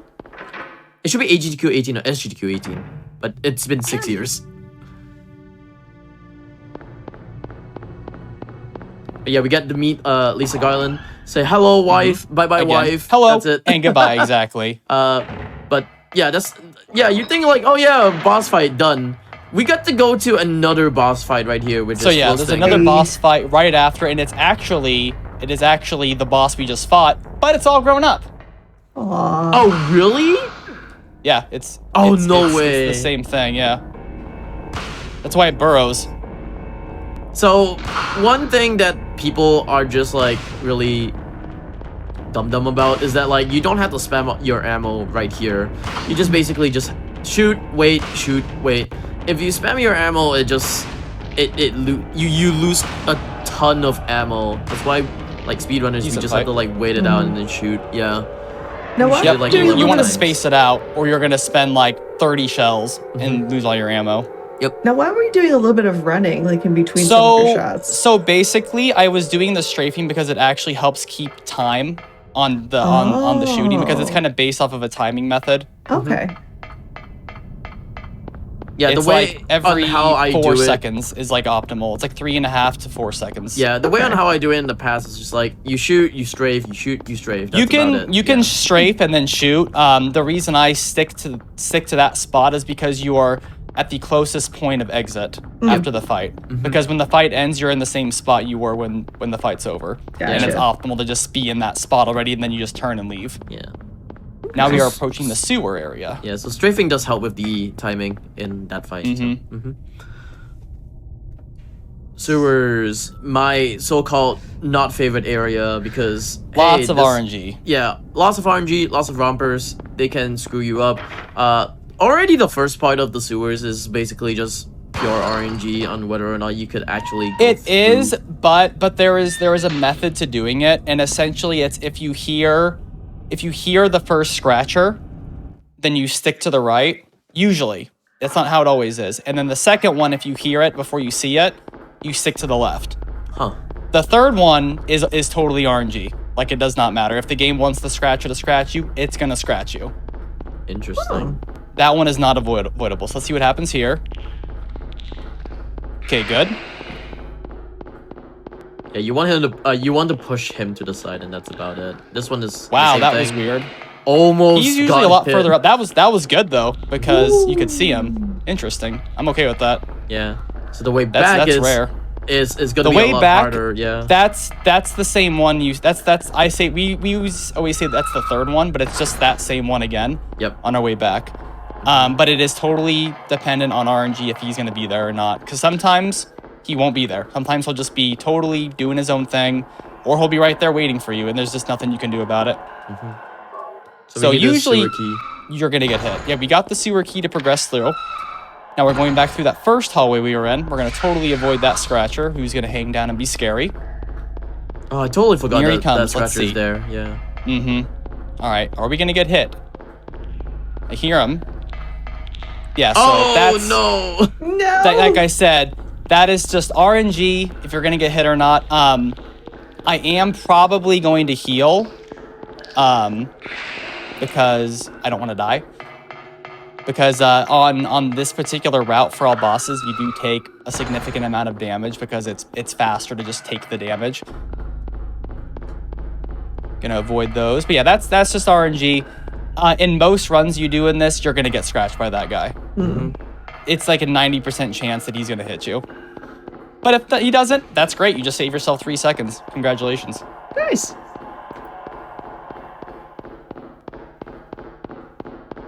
So second part of sewers, if I'm not mistaken, you have to grab something. You have to grab a key out of the water. Key, there you go. Yeah, and then later on there's gonna be like a jump scare and such. Pretty fun Yeah, I jump mean scare. it's a jump scare, but it's like a jump scare that you can literally see before it happens.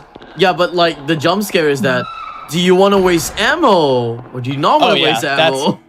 Exactly. Now I'm running through here with my light off, and I know it's not great to look at, but I do that because there's a Scratcher. There's a roach that kind of Is it hangs scratcher? out. Oh, roach, yeah. It's a roach, yeah. But if you have your light off, he doesn't come by you. That is true, yes.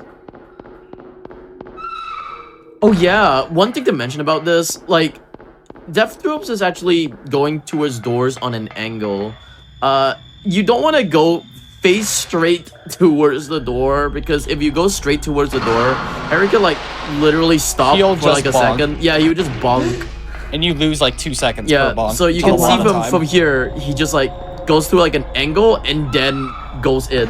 Oh, I gotcha. Which is why you'll see me like this one. It's fine. These you can hit at like an angle like that. But other ones you'll see me kind of scrape against the wall or the ground for a second, just so I avoid that bonk. Like right here, you'll see me kind of like grind into it for like a brief second. If you go in straight in, you're gonna bonk and it's gonna be a bad time. It makes me think of the instruction manual where it says like Harry's not trained to be anything special. He's just a regular guy. Yeah. Like, yep. Oh man, That tracks. I just call him a They were race actually- car, and that's about it. he's a boat going. He's a yacht trying to go up a slope. Like I'm telling you, that's what it is. Yep. It's like for But, the Mass Effect fans, he's like the Mako from Mass Effect 1. So now we're out of the sewers. We're making our way towards the resort docks, where there's a lighthouse. Now there's a romper coming up. I notoriously have really bad luck with him just chasing me. No other runner has this issue except for me usually. But it sounds like he left us alone, so we're going to turn our light back on. Again, apologies I have to do half this with the light off. I know it's not great to look at, but hey, gotta do what you gotta do. If I had my light on the whole time, I would be getting hit and grabbed and all sorts of fun stuff this entire run. I mean, So I'm having fun. Maybe we're gonna Duo say is having goodbye. fun. Wait, It's all good. we're gonna say goodbye to Coppin because we don't really save Coppin at all. We just like see him for like 1 second and that's about it. Yeah, he does. It's for good. It's for the good plus. And you go and you talk to him and he yells at you and you save his life and it's this whole thing in that resort area. But for this ending, we're just going. Yep. We're just zooming. And again, here, light off for a while because there's like 17 rompers running around here and they jump on you and just stop you from moving and take away a bunch of Is health. that the exact amount? No, I'm slightly exaggerating, but I will say that top of stairs is coming up. Hopefully not yes. top of stairs. So there's something called top of stairs in the speedrunning community for Silent Hill.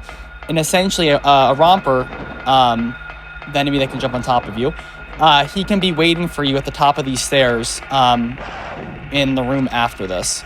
And it's totally RNG. Nothing you can do about it. And we bonked that wall because we didn't stop enough. That's okay, though. No big deal. Still had a pretty good entrance. I always hate the movement for this. It's just horrible. Such a tight angle as well. Mm-hmm. It's one of the worst spots in the run. So yeah, right here. We're going to turn our light off instantly. And hopefully we don't get top of the stairs like I did earlier today. I can hear him. Okay. Yeah, he was behind us, so thankfully we got kind of lucky there. Ooh, that was really good, yes. Yeah, Nice. so We're in the clear now. So over here, he's just gonna be turning on and off his lights because there's a bunch of enemies that will block him if, like, he turns on his light, which is And really it's hard to bad. see. Mm-hmm. But the other thing is, this game slows down to like 2 frames a second in this area. You can't do anything about it. It's always going to be that way. But I'm kind of just running around with my light off because there's a lot of rompers, there's air screamers, and they're all attracted to light. So we're kind of just running through in the dark. God, I hate hope to say not this. get It's like me right now is like Zoomer brain is like, when are we gonna get the 60 FPS fix? I need that 60 FPS right now in this game. Just be happy with 6, okay? Yeah, this area has 6. Now we're going up to the lighthouse. I we were told- loved these stairs the first time I played this. I don't. What? Get out of here. Oh, Give me the controller right now. I will They're run cool. this now. Casually, they're cool. As far as a run goes, absolutely not. Oh, actually, yeah, that's true. Because For that reason, you, right yeah, there. you get the Oh, get I gotcha. bonked. Yeah, so whenever you see him walking, it's just him just adjusting to just to go down. Well, the up. optimal movement is now run 4 steps, stop and turn, run 4 steps, stop and turn. And Yeah. it sounds slow, but it's actually fast. But it's very hard to have Harry stop sometimes. Yeah. Sometimes he just likes to keep running. Because the thing is, if Again. you just run forward, he will just bonk, and then you just waste a couple of seconds, which is really bad. If anybody has ever run this game or even played it casually, you know exactly what I'm talking about. He does not move very well. Yeah, Like, it's Resident so Evil, optimized. old school Resident Evil games, tank controls are amazing. Harry, not so much. He's, Not so much, sir. he's his own class of controls. Exactly. He is. But we love Harry. Yeah. He is one of the best fathers in gaming, guaranteed. He doesn't lose limbs like Ethan from Resident Evil 7, but you know, he's still doing his best. I somehow just superimposed Harry onto Ethan from Heavy Rain, and I don't know why my brain just did that. It's like, yes, Harry Mason, good parenting, surely. Jason. Cheryl! It's like in Silent Hill Shadow Memories, you just hit X to Cheryl, and it's great. Oh no. Yep. I'm done. So now we're approaching the amusement park. Sorry if the run's kind of hard to follow, but a lot of things happen very, very quickly. Still trying to find his daughter. That's the whole premise of the game. We're going to the Lakeside Amusement Park. Now, if you've played Silent Hill 3, this is the same amusement park. It looks slightly older, but still. Also, fun fact, in any percent, this is where you would use the Aglophidus to skip this area. Yes. But we're not doing that. We're going to go all the way to the merry-go-round. Yep. And So- here's your 2 FPS. Congratulations, you earned it. Hey. No. I need that 60 FPS, please. But yeah, we're gonna be fighting Sybil right here. Sybil fights pretty much just shoot her, and that's about it. Shoot her and don't get grabbed or Oh don't get yeah, shot, don't which- get shot. Yes. If she shoots you, it's over. You will die. But thankfully we'll be fine. I say that now. Don't get grabbed. Straight. Yep. Phase 1 done.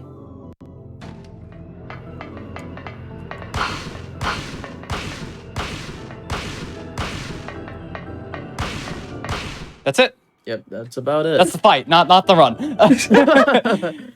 I do also want to point out that like whenever Death Tropes is actually putting down his gun, he's actually reloading. In easy, you can just auto reload and that's about it. But like in normal or hard, you have to manually reload the gun every time you exhaust your ammo and such. And now we're in Nowhere, and Nowhere is like the last place in Otherworld. This is the final area of the run, but it is very cool because it actually combines a lot of areas from the game. So you'll see a lot of repeat areas.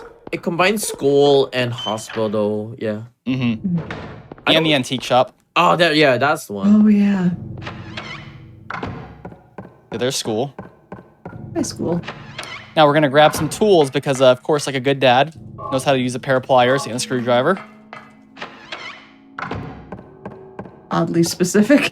Right? Just grab these tools. All right, sure.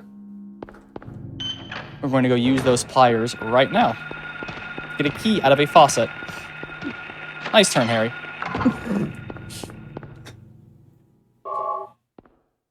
Good stop right there. It's a really hard stop as well. We're gonna grab our key and then strafe. Oh yeah, someone in chat is asking like, who's the last boss? Basically, Alessa is the last boss in the game. In this category, it's called Incubator. Oh yeah, is what the Incubator. exact Sorry, term yes, is. that's the one. But like, yeah, if you ever get like the good ending, good plus ending, it's a different kind of boss for sure. It is a very cool boss called yeah. Incubus, and it's awesome. Yeah. But technically, the final boss is just Alessa just transforming into Incubator Incubus. That's about Basically, it. yes. So, in all bosses, you just have to do all bosses, including killing Sybil. So there's that. Very true. Okay, we just completed 2 puzzles, Zodiac puzzle and the Alert puzzle. Both were very, very good, I think. Yeah, so now this is the final time that you're going to see Lisa. And for spoiler reasons, I'm going to skip this, and because we're on a run. But we're marrying her. Yeah, they get married, and that's it. Yep. See, the music is just, yes, we marry her, surely, right? That's the marriage music. GG, Harry and Lisa. Good job. Go. I'm actually going to heal because... Oh, you have to, yes. I don't want to take a chance of dying, to be honest. Oh wow, you are on red. Usually I wouldn't mind because you only have one more chance of taking damage, but I don't want to run the risk of dying because I did take a couple hits earlier that I usually don't take. So I want to be on the safe side and just make sure I don't die. Now we have our key for this door, and we come to probably my favorite puzzle in the game besides piano puzzle. Ugh. Is it the light puzzle? Yeah, it is the light puzzle. Dot puzzle, yeah.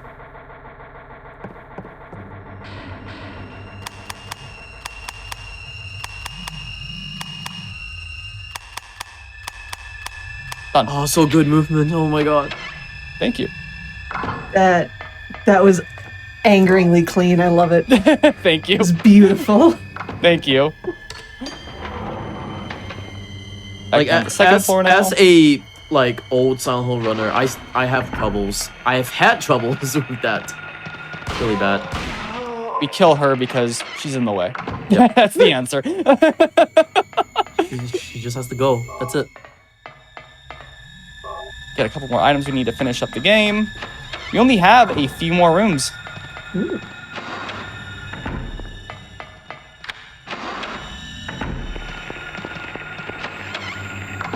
Bird cage on the bird cage.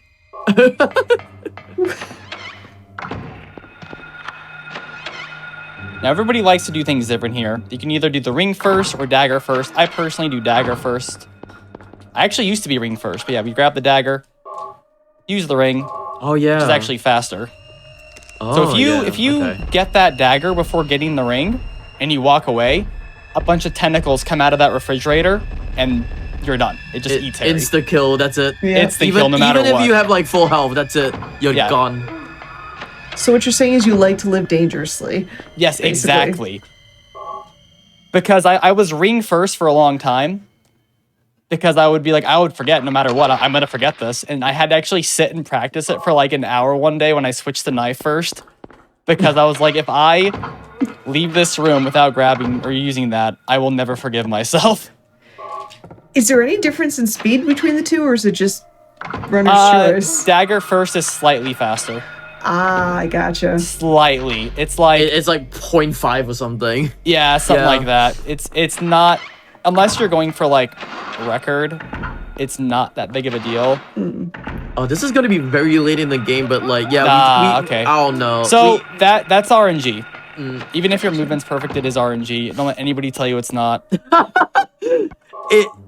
So we timed this game by IGT or in-game time. Normally because like with all these like cutscenes and whatnot, even the fade in, fade out, it actually doesn't count time for this game. The only time it actually counts time is just you running in this game for some reason, and like after text has been done, which is kind of weird. While text is scrolling, IGT stops. Yeah. It's so weird with this game. Last item of the game, and then we are gonna go into the last boss fight. Using all those items we've gotten all over nowhere on this door. Doing the fastest menuing you've ever seen. Wow, so fast! Technically, just so you not fast. spamming. I am so impressed by like that. I know, it's super impressive. Chat, give some GGs for that menuing. Well, coming up with we're almost about to be GG because About right? GGs, yes. this is I'm the gonna take final 4 boss. steps and start shooting as soon as I see some lightning. Literally what it is. Gonna aim. 1, 2, 3, 4. Then we're just gonna wait a few seconds until we see it. 1, 2, 3, 4, 5, and time. That's it. That's it. That's the last boss. Yep. For a bad plus, that's it. That's all you get. Very anticlimactic, but it is what it is. That's what's beautiful about this game though, is because unless you go out and explore and figure out the things you need to do, this is what you get as an ending. And then your first time playing, you're like, what? Like, what is this? And then you go back through again and you're like, oh my god, I didn't find this, I didn't do this, I didn't do this. And you find this ending that is way more epic because Konami rewarded, your Team Silent rewarded you for your exploration and your, you know, your everything. Which is a weird thing because like if you get the good ending for this game, it progresses into Silent Hill 3 actually. Yeah. Yeah, That's the true. canon ending for this game is the prequel to Silent Hill 3. Yeah, because you take but we're gonna see Sybil our boy away. real quick. Here he comes. There he is. He's just That's your ending. That's it. And then we're gonna skip the blooper reel because I hate it. Really? I hate it. I hate it. I hate this. But let's see the end game time. 31. Expecting a low 32. Damn, 32.11. That's not too bad. That's not too shabby. My PB's a 31.50. So I'm Nice. not too upset about that. That was pretty good. Yeah. Thank you guys. I appreciate you having me on here again. It was a blast as always. Yes, and of course, where can they find both of you? When is your run? If you don't know it, I have it pulled up for you. So, if memory serves correct, because the time is a little bit different there locally for GDQ. Minneapolis than Yeah. here. As far as I know, local time for MST, it's at midnight, July 1st. I won't say January, July 1st. So I think I'm close. I think you're off by an hour. It's 2 Is it a.m. 2 a.m. Okay, 2 a.m. Central Time. perfect.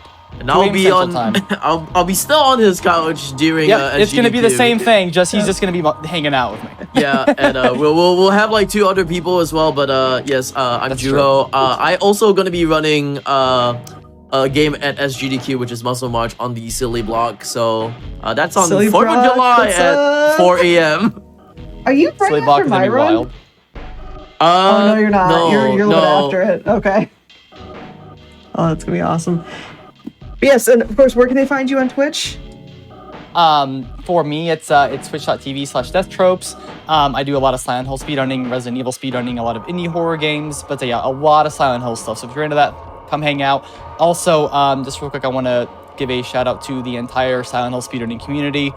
A lot of you guys had pushed me for a long time, for at least a couple of years through this run, through multiple different categories and multiple different Silent Hill games. So I just want to say thank you guys for everything you've done and everything you continue to do as a speedrunning community. And I'm Juhorse, that's JURSE. This is not gonna be the last time that you will see me. I do want to shout out also as well, because Death Tropes and I are from the same Twitch team, which is called the Clock Tower Twitch team. So there's that. We play a lot of horror games. We love horror games. We love the horror genre of it as well. So yeah, shout outs to the Clock Tower Twitch team as well. And to just GDQ in general. It's always an absolute blast whenever I do a hotfix or anything, and I love doing it every single time. So I just want to thank you guys all so much for just giving runners opportunities and just really cool things to do with people on Twitch and whatnot. Yes, again, everybody, GG's again to Death Tropes and Juho for an amazing run and commentating Silent Hill new game, all bosses. So we still have one more run. Sit tight. Maybe not do a nice big stretch, and we'll be ready to go from, well, Silent Hill to poker. Sit tight. Express Lane's coming back.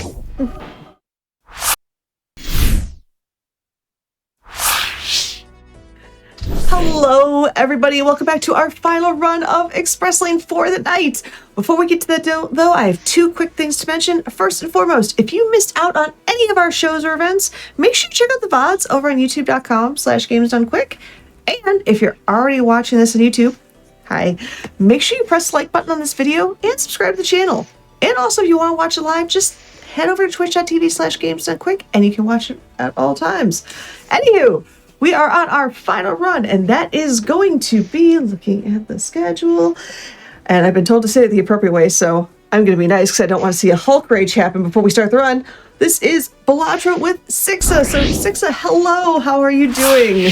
Hey, thanks for having me. I'm doing pretty good. I'm a little nervous, but we'll be fine. It's going to be a lot of RNG, but we'll get there. It's all good. And who is with you today? Oh, right. I have with me two of my best friends. I have Amerlin and Monkey Man. Both of them are gonna kind of fill the air for me while I try and get run started, and then we'll go from there. Nice. Oh, yeah. So yeah, I'm gonna get started. We play on a file that has every Joker unlocked and every deck unlocked. So we're going to be doing 3 very specific decks tonight, and they all have different little bits. So we'll get started, and I'll let them explain what's going on. So I'll start in 5, 4, 3, 2, 1, go. Good luck. Not good. This first deck's... Amy, you got it. I was going to say, this first deck's pretty easy. It balances the... Wow. So, Balatro is poker. I suppose we should start there. You play a hand of 1 to 5 cards, and then you score poker chips, and it's multiplied by your multiplier. Right? Makes a lot of sense. This is gonna be bad. What Six is looking for at the start here is a couple of really strong jokers off the rip. We didn't get there. Did not get there, so we're gonna start over. So Balatro is poker. In poker. Or for those who may have played it, it's like Yahtzee. True. What? Yahtzee has the same stuff. Hey, as let's just poker, start. Full House, 4 of a kind, etc. It's the same thing with dice. Okay. So this is 3 decks skipless, which means he has to fight, quote unquote, every single blind along the way, and can't skip them for the extra tags that you can get, which are often really strong. Thankfully, this first deck is really good. It's the balanced deck, where it'll balance out his chip multiplier and score multiplier. Wow. So if you get like 10 times 3, it balances out. That's to, a 1-run point. Yeah, we're done here. Monkey, you want to explain what that one does? Because I don't know. So, man, it's a bunch of chips, and it reduces your hand size, which makes it harder to hit like fat hands like flushes, straights, full houses, things like that. But because this deck evens it out, it takes a lot of those extra chips, turns them into multiplier, and it just makes it super fast, super quick. Yeah, so for people And who've we played gotta- this game, you'll find scaling into the late game is basically just you have to get very good multiplier. This deck fixes that. So he's got Yeah, the 250, other- it balances to sorry. 125. One of the other cool things we just got is we actually got the Invisible Joker, which we're going to forcedly turn into a second stuntman, and this is going to go very fast. Just high card, max out. It honestly Yeah, so- doesn't matter what card he plays at this point. Oh yeah, no, it's done. Yeah, so the scoring, like Amy said, is chips times multiplier. Chips are usually a little bit easier to get a lot of, whereas multiplier, you kind of got to work for it, because you have to get multiplier plus multiplier, which says your multiplier times 2 times 3, whatever. But as we said with this deck, with how it evens it out, it's just you get 2 of these, and all of a sudden it's plus 500. This is a pretty easy It's crazy. introduction to the Balatro run. Yeah, You right now. mentioned Go ahead. You mentioned there's different Jokers. Like, how many different Jokers are there, and which ones are like the big ones you want to find? I want to say they're over 100, but mostly for Oh. the most part, there's we're looking for very specific ones per hand. In this particular deck, we have Stuntman, which is just a lot of chip count, right? Later on, we're going to be looking for flat multiplier, like Monkey said, and then also times multiplier. For the most part, the rest of this deck is pretty straightforward and set out. I don't really have to do too much else other than just make sure my money stays good and then look for other key jokers, because we do still have to get to like 200,000 points over the course of 5 hands, which isn't going to be too bad, too difficult to do. But There are 150 total jokers Sure. in the game. And some of them are really bad. some of them are not great. There's a lot of them that are like set dependent. Like there's a lot of, if you do a straight, get plus this many chips, plus this many multipliers. But since this is just, we're going as fast as possible, we're just doing high card. A lot of those specific hand ones aren't very good. Yeah. For stuff like this, it also really helps that each Joker is like really individual art wise. So like Sixer can just scan the shop, and if he doesn't see the art that he's looking for, then Gotcha. he doesn't have I'm to, looking like, for very think about it. specific things. Yeah. We'll slow down quite a bit when we get to the checkered deck, which is next, and then abandoned later as well. We like money. But for the most part, I'm not too worried about this hand blowing up in my face. Yeah, so the goal is to beat ante 8. After you beat ante 8, you're done. We're not going to go infinite on this, because that actually just gets really hard. Some other things that we didn't really mention, the way he's generating so much money is that you get $1 per remaining hand you have, and then you get $1 per $5 you have, except for the card he has right now that gives him extra money. Yeah, To the an extra moon gives me $1. 1 extra interest per 5. Yeah. Having a lot of money is really good, as it would normally be in poker in general, but because you can use stuff like that, which is re-rolling the shop. 6, you forgot to I roll know. the Wheel of Fortune. I know. Oh god. Okay, that's we just had a jump scare. That's that might be difficult. Yeah, We may be redoing this deck. What do we hit, Neil? Yeah, well, no, we hit Violet, and I don't have a reroll. I think we can still salvage this, actually. If we can get lucky. Sure. So you're gonna have to remind me. What's the Violet? So Violet Vessels, Oh, we're on the 8th ante to give you perspective. We're on the 8th ante, which is already 2 times higher than any of the normal antes that you would get for a final boss. The Violet ante multiplies that number up again by another 2. So typically the final ante is about 300,000 chips for this deck. Now we have 600,000. Oh. So we have to do quite a bit of making sure we get there, but I don't actually know. It'll be close. I think you can get there. If you're getting about 100 thou, you've got the hands for it. We don't have discards though. The burglar is going to come in clutch, but it will be close. So So one of the ways he can, so he's out of discards right now. Otherwise, he'd be trading out cards for new ones. Yeah, we're So fine. he's Whew. scammed a couple of extra cards by playing them, but they didn't count as score. But we did it. We won the first deck. Hooray! Easy every time. Yeah, that was pretty easy. You say easy, I'm staring at this going, what did I just see? Balatro's a lot of menuing very quickly, and I'm doing this all with mouse. There's no keybinds or anything like that either. A lot of APN precision goes into this, but I play on a really low sense. Well, that's like a start. We like that. Has to roll the spectral. I'm not No! doing it. Not yet. I need the money. I need the money. So spectral packs are packs that are typically like a really strong plus and a really hard minus. So it'll be like, take 10 cards, make them all the same color or the same number, but you lose a hand to run, or you like lose a hand size or something. They're very fun. They're very risky. And this deck here is pretty straightforward. It's the checkered deck. Half of it is spades, half of it is hearts. But it still keeps 52 cards, so it's much easier to hit flushes. Yeah. That's pretty good. A pretty common, I guess, strategy people will do when they're doing like casual runs of Balatro is thinning your deck. But that takes too long. So 6 is like not going to try to do that as much. I will very frequently try to do the opposite sometimes. I want more cards. More cards, especially if they're modified in some way, are quite a big deal. Yeah. Would the modifications be those arrows that I saw on a couple of the cards so far? Yeah.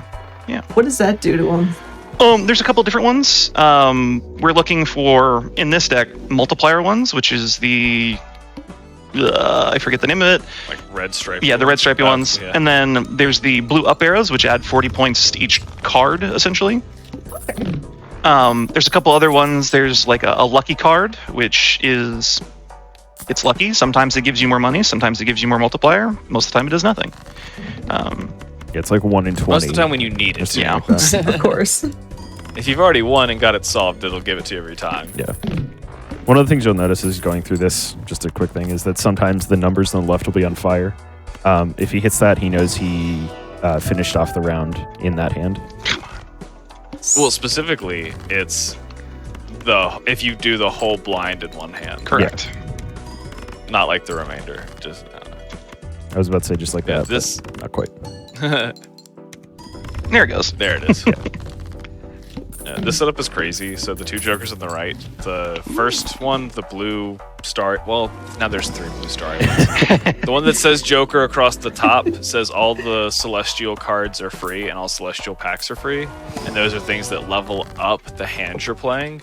So instead of playing a full house giving you 100 points and a 10 multi, next time it's 120, 12. And that's really good with the final Joker, which it's a multiplier. So it takes whatever the red number is and then multiplies that instead of adding to it, which is crazy strong because all of a sudden you're doubling what's already a high number. So those 2 synergize really well. We're going to be buying every single celestial pack that we find, just because it's going to tick this guy up, and that's what we ultimately need. This is our big ticket win here. Are you actually buying them? If they're Oh boy. I'm staying out of this fight. Y'all have fun. Look. If they didn't ask, it's free, okay? Like, Yeah, just grab it and walk out. They said it's chill. What are you gonna do? Stop me? You're not my dad. So that red one right there is the multiplier buff. It's like +4, I think, to your multiplier. plus flat, Yeah, 4 pretty flat sure multi that's per right. card, yeah. Yeah, and so that goes into effect before any of the jokers. So the way everything is calculated, you can kind of see here. So it counts up left to right, does any multipliers, then counts the jokers left to right. So ironically, if you haven't played this game, the positioning of your jokers matters a lot. So if you put like a plus multiplier card on the right and then a times multiplier on the left, I know that's like, it's really like weird abstract thinking, but it'll multiply it and then add. And that's bad. You want to do it the other way around. You want to add then multiply. Yeah, it's not like PEMDAS where it has it's left to right. Yeah.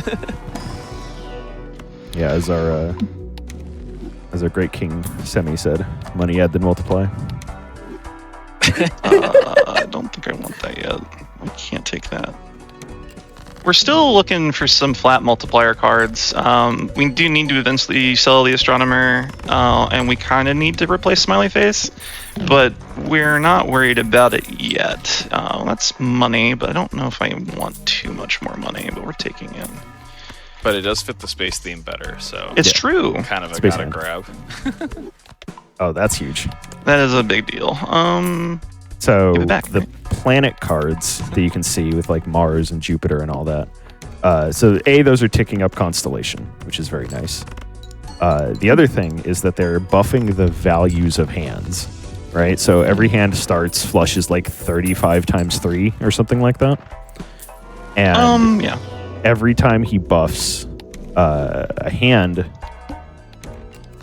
type, it gets stronger. So it goes to like 50 times 4 or something like that. And obviously you can see how that spirals out of control very fast. I don't know if there's an upper limit to... No. Yeah, okay, so he can just... I think it's like a formulaic. Yeah. So he can just increase it as long as he wants to. Realistically, we're trying to get Constellation to at least times 3. If we can get it any higher, that's cool. I should have grabbed the reroll card and didn't, but that's fine. We'll just play this anyway. So this is one of the antes that really hurts you at the end of the game.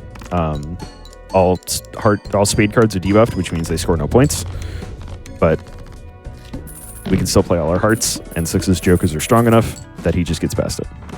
Yeah. And it's a real killer if you're relying on your card mods, because like we were talking earlier about the bonus and the molt, those don't apply when the card's debuffed. So you're just getting whatever your hand is, just the flush points.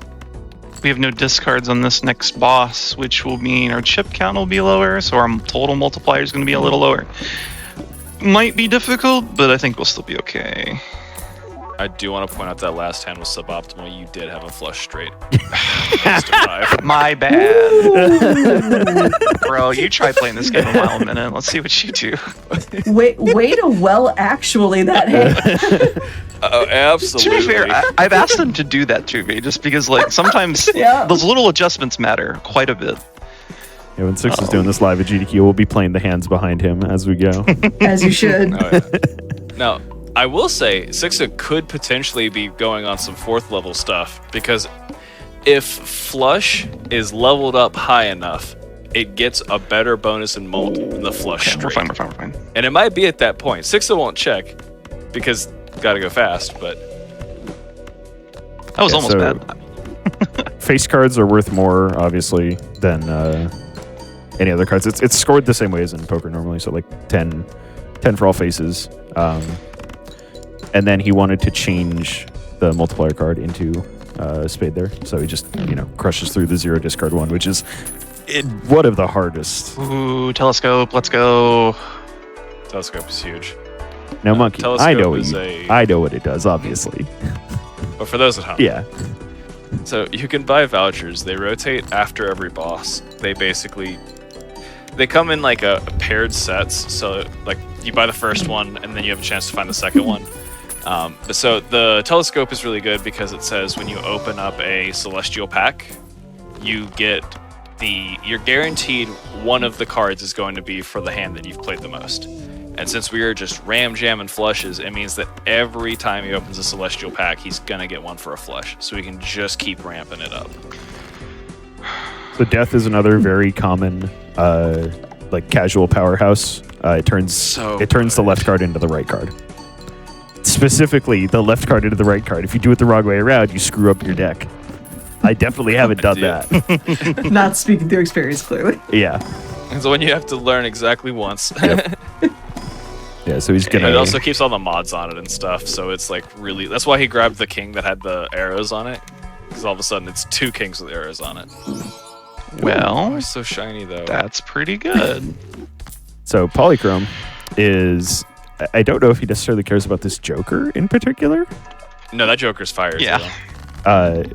So it's pretty good. Polychrome is ×2 multiplier, just flat. So it's like super good. 1.5. Okay, no, it says 2. If he mousses That's- over it. it's- it's it one is and a half. Never mind. Never mind. Now he had to go slow to prove you were wrong. Okay. Well, You're fine. No, that Joker's really good because it gives you chips based on how many cards you have left in the deck. And since 6 is not thinning because he doesn't have to, and he's just winning most of the time on his first hand, it's just a big dump of extra chips. the director's cut Still a is also little really good. concerned about our final hand here because we haven't seen what it is yet. So we're just Do gonna. you think that was a hanged man? I was hoping it was. So you picked the 2.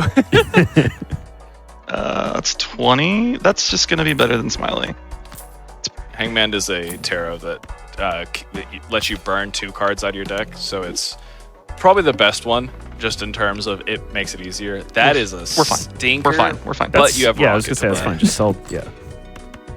So that last ante, the boss ante, this go round is none of your jokers work until you sell one.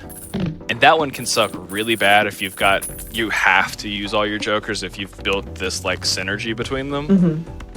Luckily, 6's third joker, the one with the rocket on it, was just a moneymaker. So once we're on the boss, it doesn't do anything. So it's an easy chump sell to get the bonus out of everything else. Greeding for the steal. Holy moly. Need to have it. Need to have it. Buy this. We'll buy this. Just playing it a little safe.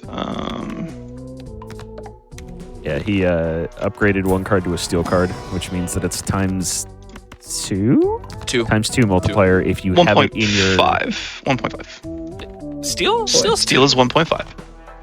We Yeah, there's a definitely know card. things. There's a card that will change it to 2 once you have it, but I do not have that Joker. Yeah, so that's the all cards debuffed until Joker sold. Very easy. Just sells One the shot. Joker, wins immediately. So this isn't where I say things out loud, but I'm just saying we're going pretty quickly, and my PB is still kind of far away. But we'll keep that under wraps right now. So I actually don't know what this deck is. I haven't unlocked this one. Not This because is I'm bad at the abandoned. game. It's because I didn't want to get too good. You know what I'm saying? This is abandoned. This is a deck that has 0 face cards in it, so I don't want things that do face card stuff. And we are not getting a good Joker spawn.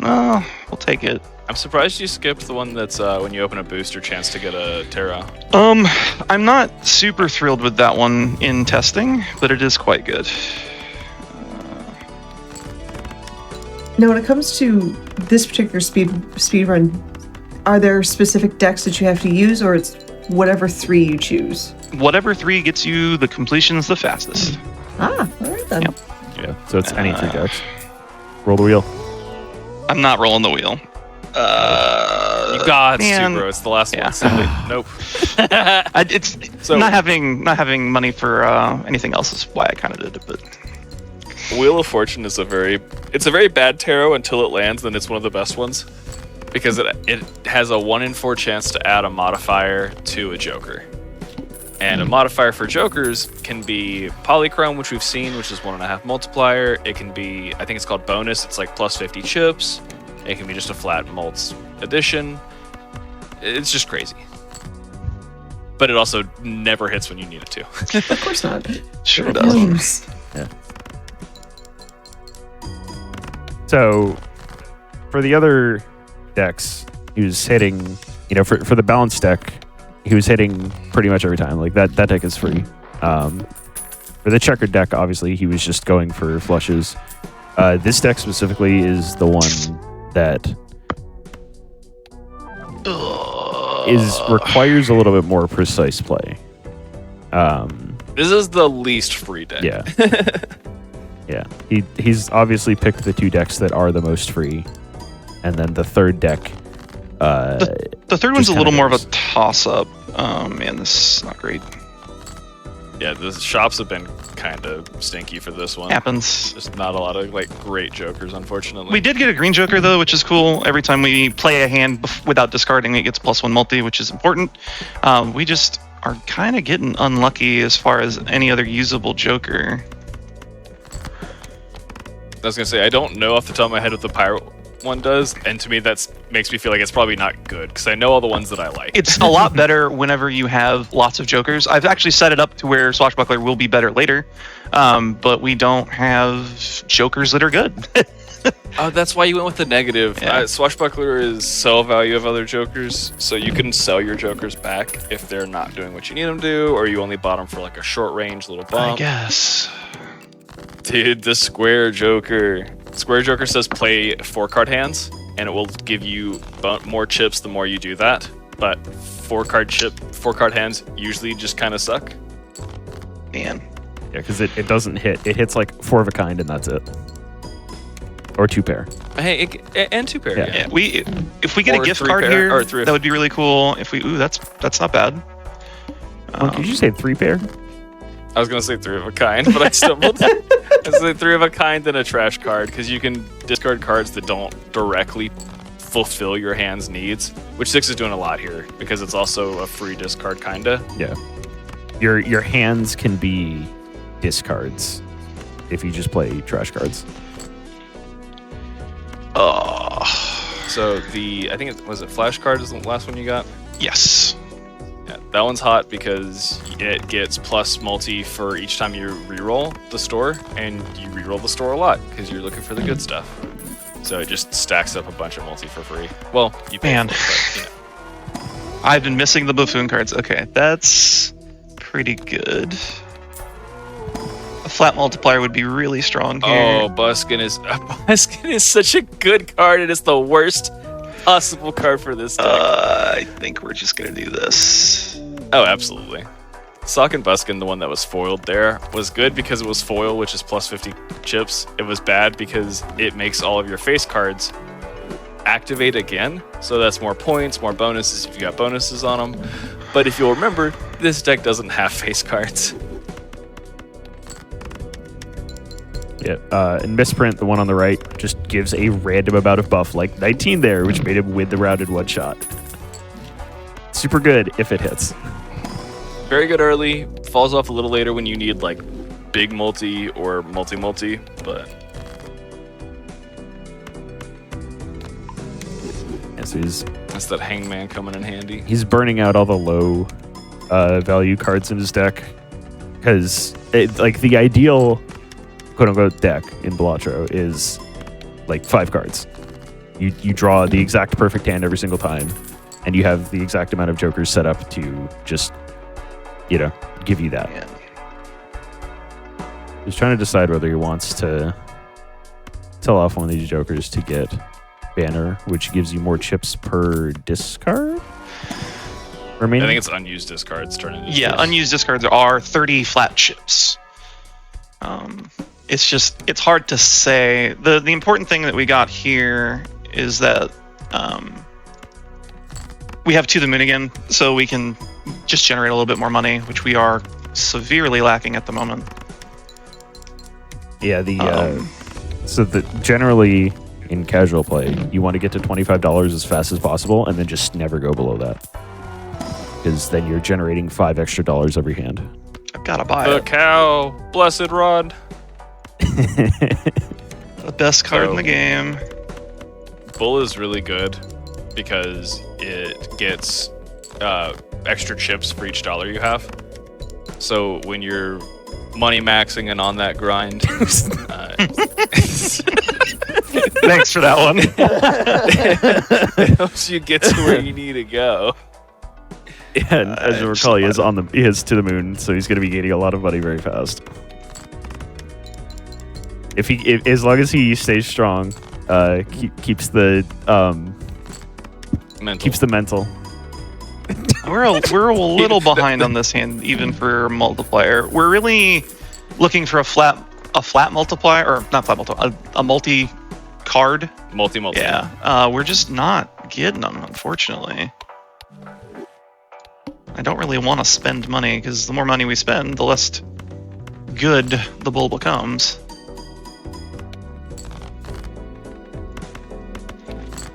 Yeah, so this is the inherent RNG that comes with Balatro. Sometimes you hit the perfect seed, and you get all the jokers you could ever want. And then sometimes you just whiff. Sometimes you just can't win. That has happened a lot recently. We do need to use these. Tarot cards are generally just kind of pretty good. We also have the Fortune Joker, which is why we're buying them. I was gonna say, if you didn't grab it, the world is probably worth it just to proc the thing. Yeah.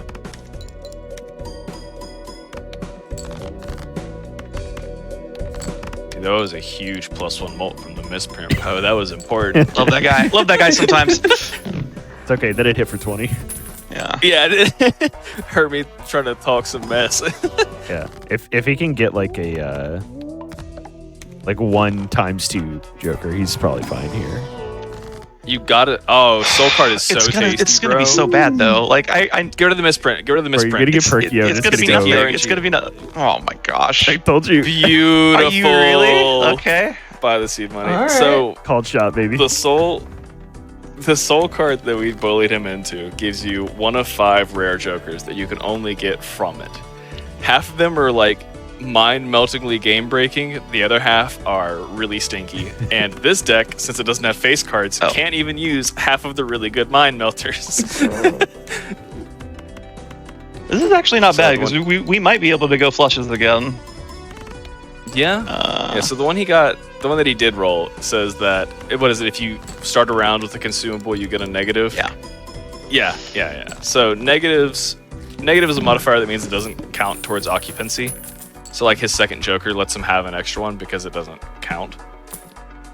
So it's good for duping your tarot cards, which is good because he has a Joker that stacks off of that. Plus, like you said, with flushes, if he wants to do 1 color, he can just keep doing it 3 cards at a time. Instead, we're gonna see him stack this bad boy full of aces. Yeah. 5 of a kind is definitely a legal poker hand. Trust me, you can do it. Absolutely. Oh, wait till we get to 5 of a kind flush, where it's 5 of the same ace. Yeah. Unfortunately, we didn't PB. We were a little too hard on the RNG, but it's okay. It's not a big deal. Well, still That's what the mainline run is for. The bonus run, mind you. Yeah. This is just the Michael. preview. The banana of power. Okay, what does the banana do? I need to know. It's just 15 multiplier, which is a really good flat number of multiplier, but it has a 1 in 4 chance of going extinct. It deletes itself from your hand. But when it does that, you can get the ultimate banana, That was bad. Oh my gosh. which is like it's a 3 times multiplier. So it takes your red number at the end and multiplies that.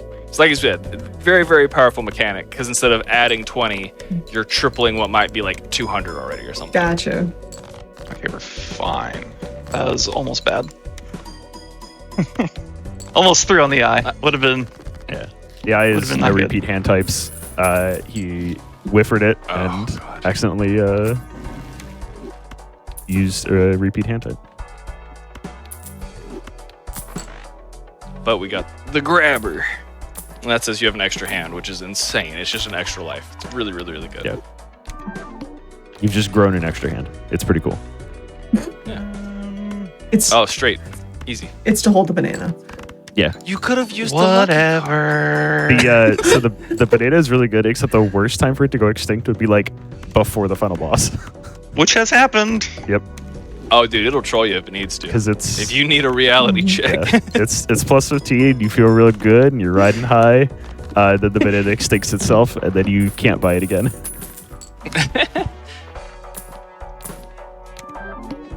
Actually, quick question, chat. What would be better in this case, duping deaths or duping emperors? So, Emperors are good because they roll you 2 more tarot cards. Like when you use it, it just generates 2 more. So it's good, but Death is just too good in terms of being able to generate the, I think, 2nd strongest hand in the game. Maybe 3rd behind Flush Full House. Gotcha. Now, granted, I think with this Joker, there's the extinction. Do we roll the banana of power? Well, we were gonna Chat, go you find gotta him. lend us your energy. Hangman's pretty tasty. It's back. I'll take it for a couple turns. So when you sell a Joker, it can come back to you. Like it just gets re-added back to the pool. Yeah, Dr. Spectre in chat has a good point of like Hermit and Temperance would be good just because those are money makers. Like Tarots in general are just really good. They're the best way to modify your stuff. disappointing.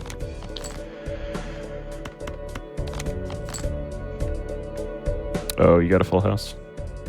I'm just thinking if I need to burn this death or not. I think our math doesn't exactly help us, so... Multiplier is starting to really hurt quite a bit. Dang. Yeah. Please hit. You... No. So like we said, the lucky card will humble you very quickly. Oh, but we got it We're there. still Nice. fine. Okay. whew. Never punished. A little Except for all the punished. money he had to spend. Always lucky. Oh, we are. There it We is. love, Banana we power. love life. That is exactly what... Let's go. Oh There it God, is. Violet Vessel. Yeah, you saw the ending, crap. right? Oh, So this is gonna be a tough one, chat. this gives ×3 multiplier and has a 1 in 1,000 chance to get destroyed, so far less. Still can hit, but Like you say that. Yeah, I don't know have if yet we- to have the big banana, the golden DK banana, get eaten on my face. So, we'll see what happens. I think I've seen it happen once, and it wasn't a run ender, but just it hurts to see. Ooh. I think if you can find a death, you might be alright. We just really need to have something that make Perko be useful, but sure. All right, let's get lucky, Yeah. chat. Roll the dice.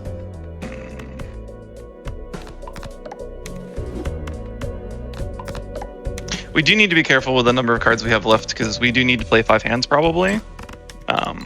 But we did get a little lucky. Yeah, this follows the rules of every major TCG you've ever played, which is if you got no more cards left, you lose. Hitting the money mult for the The money bowl is luck good. for the bowl is good. Yeah. Halfway there.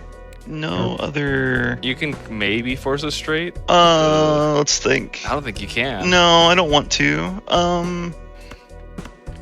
You're 2 away from a flush. This is still correct.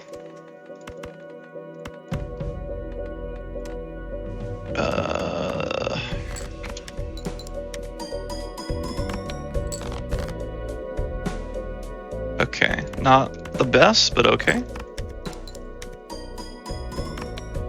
And we're fine. Easy. Never didn't have it. Never didn't Didn't even. even go for the and the lucky second hit. pair. Wow. And that's time. Absolutely That's time. beautiful. Jeez. Yeah, good job. Well done. Thanks. Yeah, that was I was a little concerned with that abandoned run. That was starting to get a little spicy, but we ended up making it work. Oh, that was so cool. Yeah.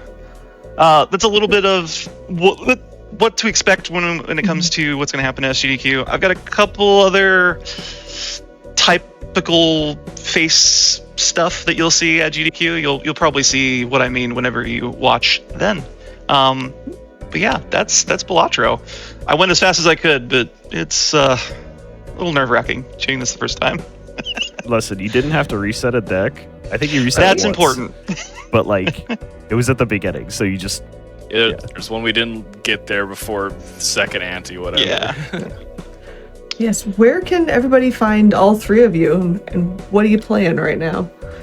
I'm in the middle of prepping for SGDQ, but I play all kinds of MMOs. I'm over at twitch.tv/Sixa, like my gamer tag. You can find me on Twitter /Sixa as well. But that's pretty much it for me. I'm Emerlin. I will be also running Power Wash Simulator and Zubides at SGDQ. So, please look out for that. I'm sure my friends will be there. It's all in the Dude, background. Zumbinis is gonna be heat, y'all. You gotta be there, and you gotta be hungry. It'll be good.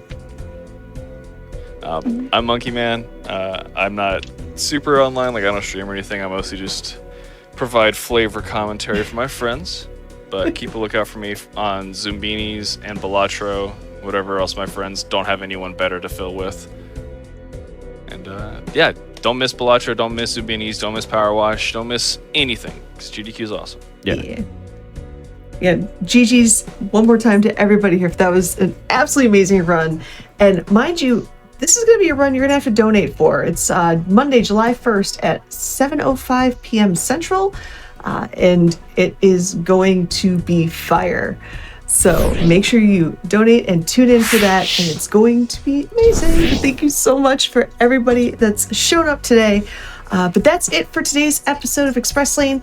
If you missed out on ASEAN TV or the other 2 runs we had for Express Lane, that's totally fine, because stay tuned and we are going to replay both shows right after this. And tune in tomorrow at 7 p.m. Eastern for a special special show of, and then that will be followed by Speedruns from the Crypt. So until next time, well, this time we'll be at SGDQ, so we'll see you in Minneapolis, and then we'll see you after that. Take care, everyone.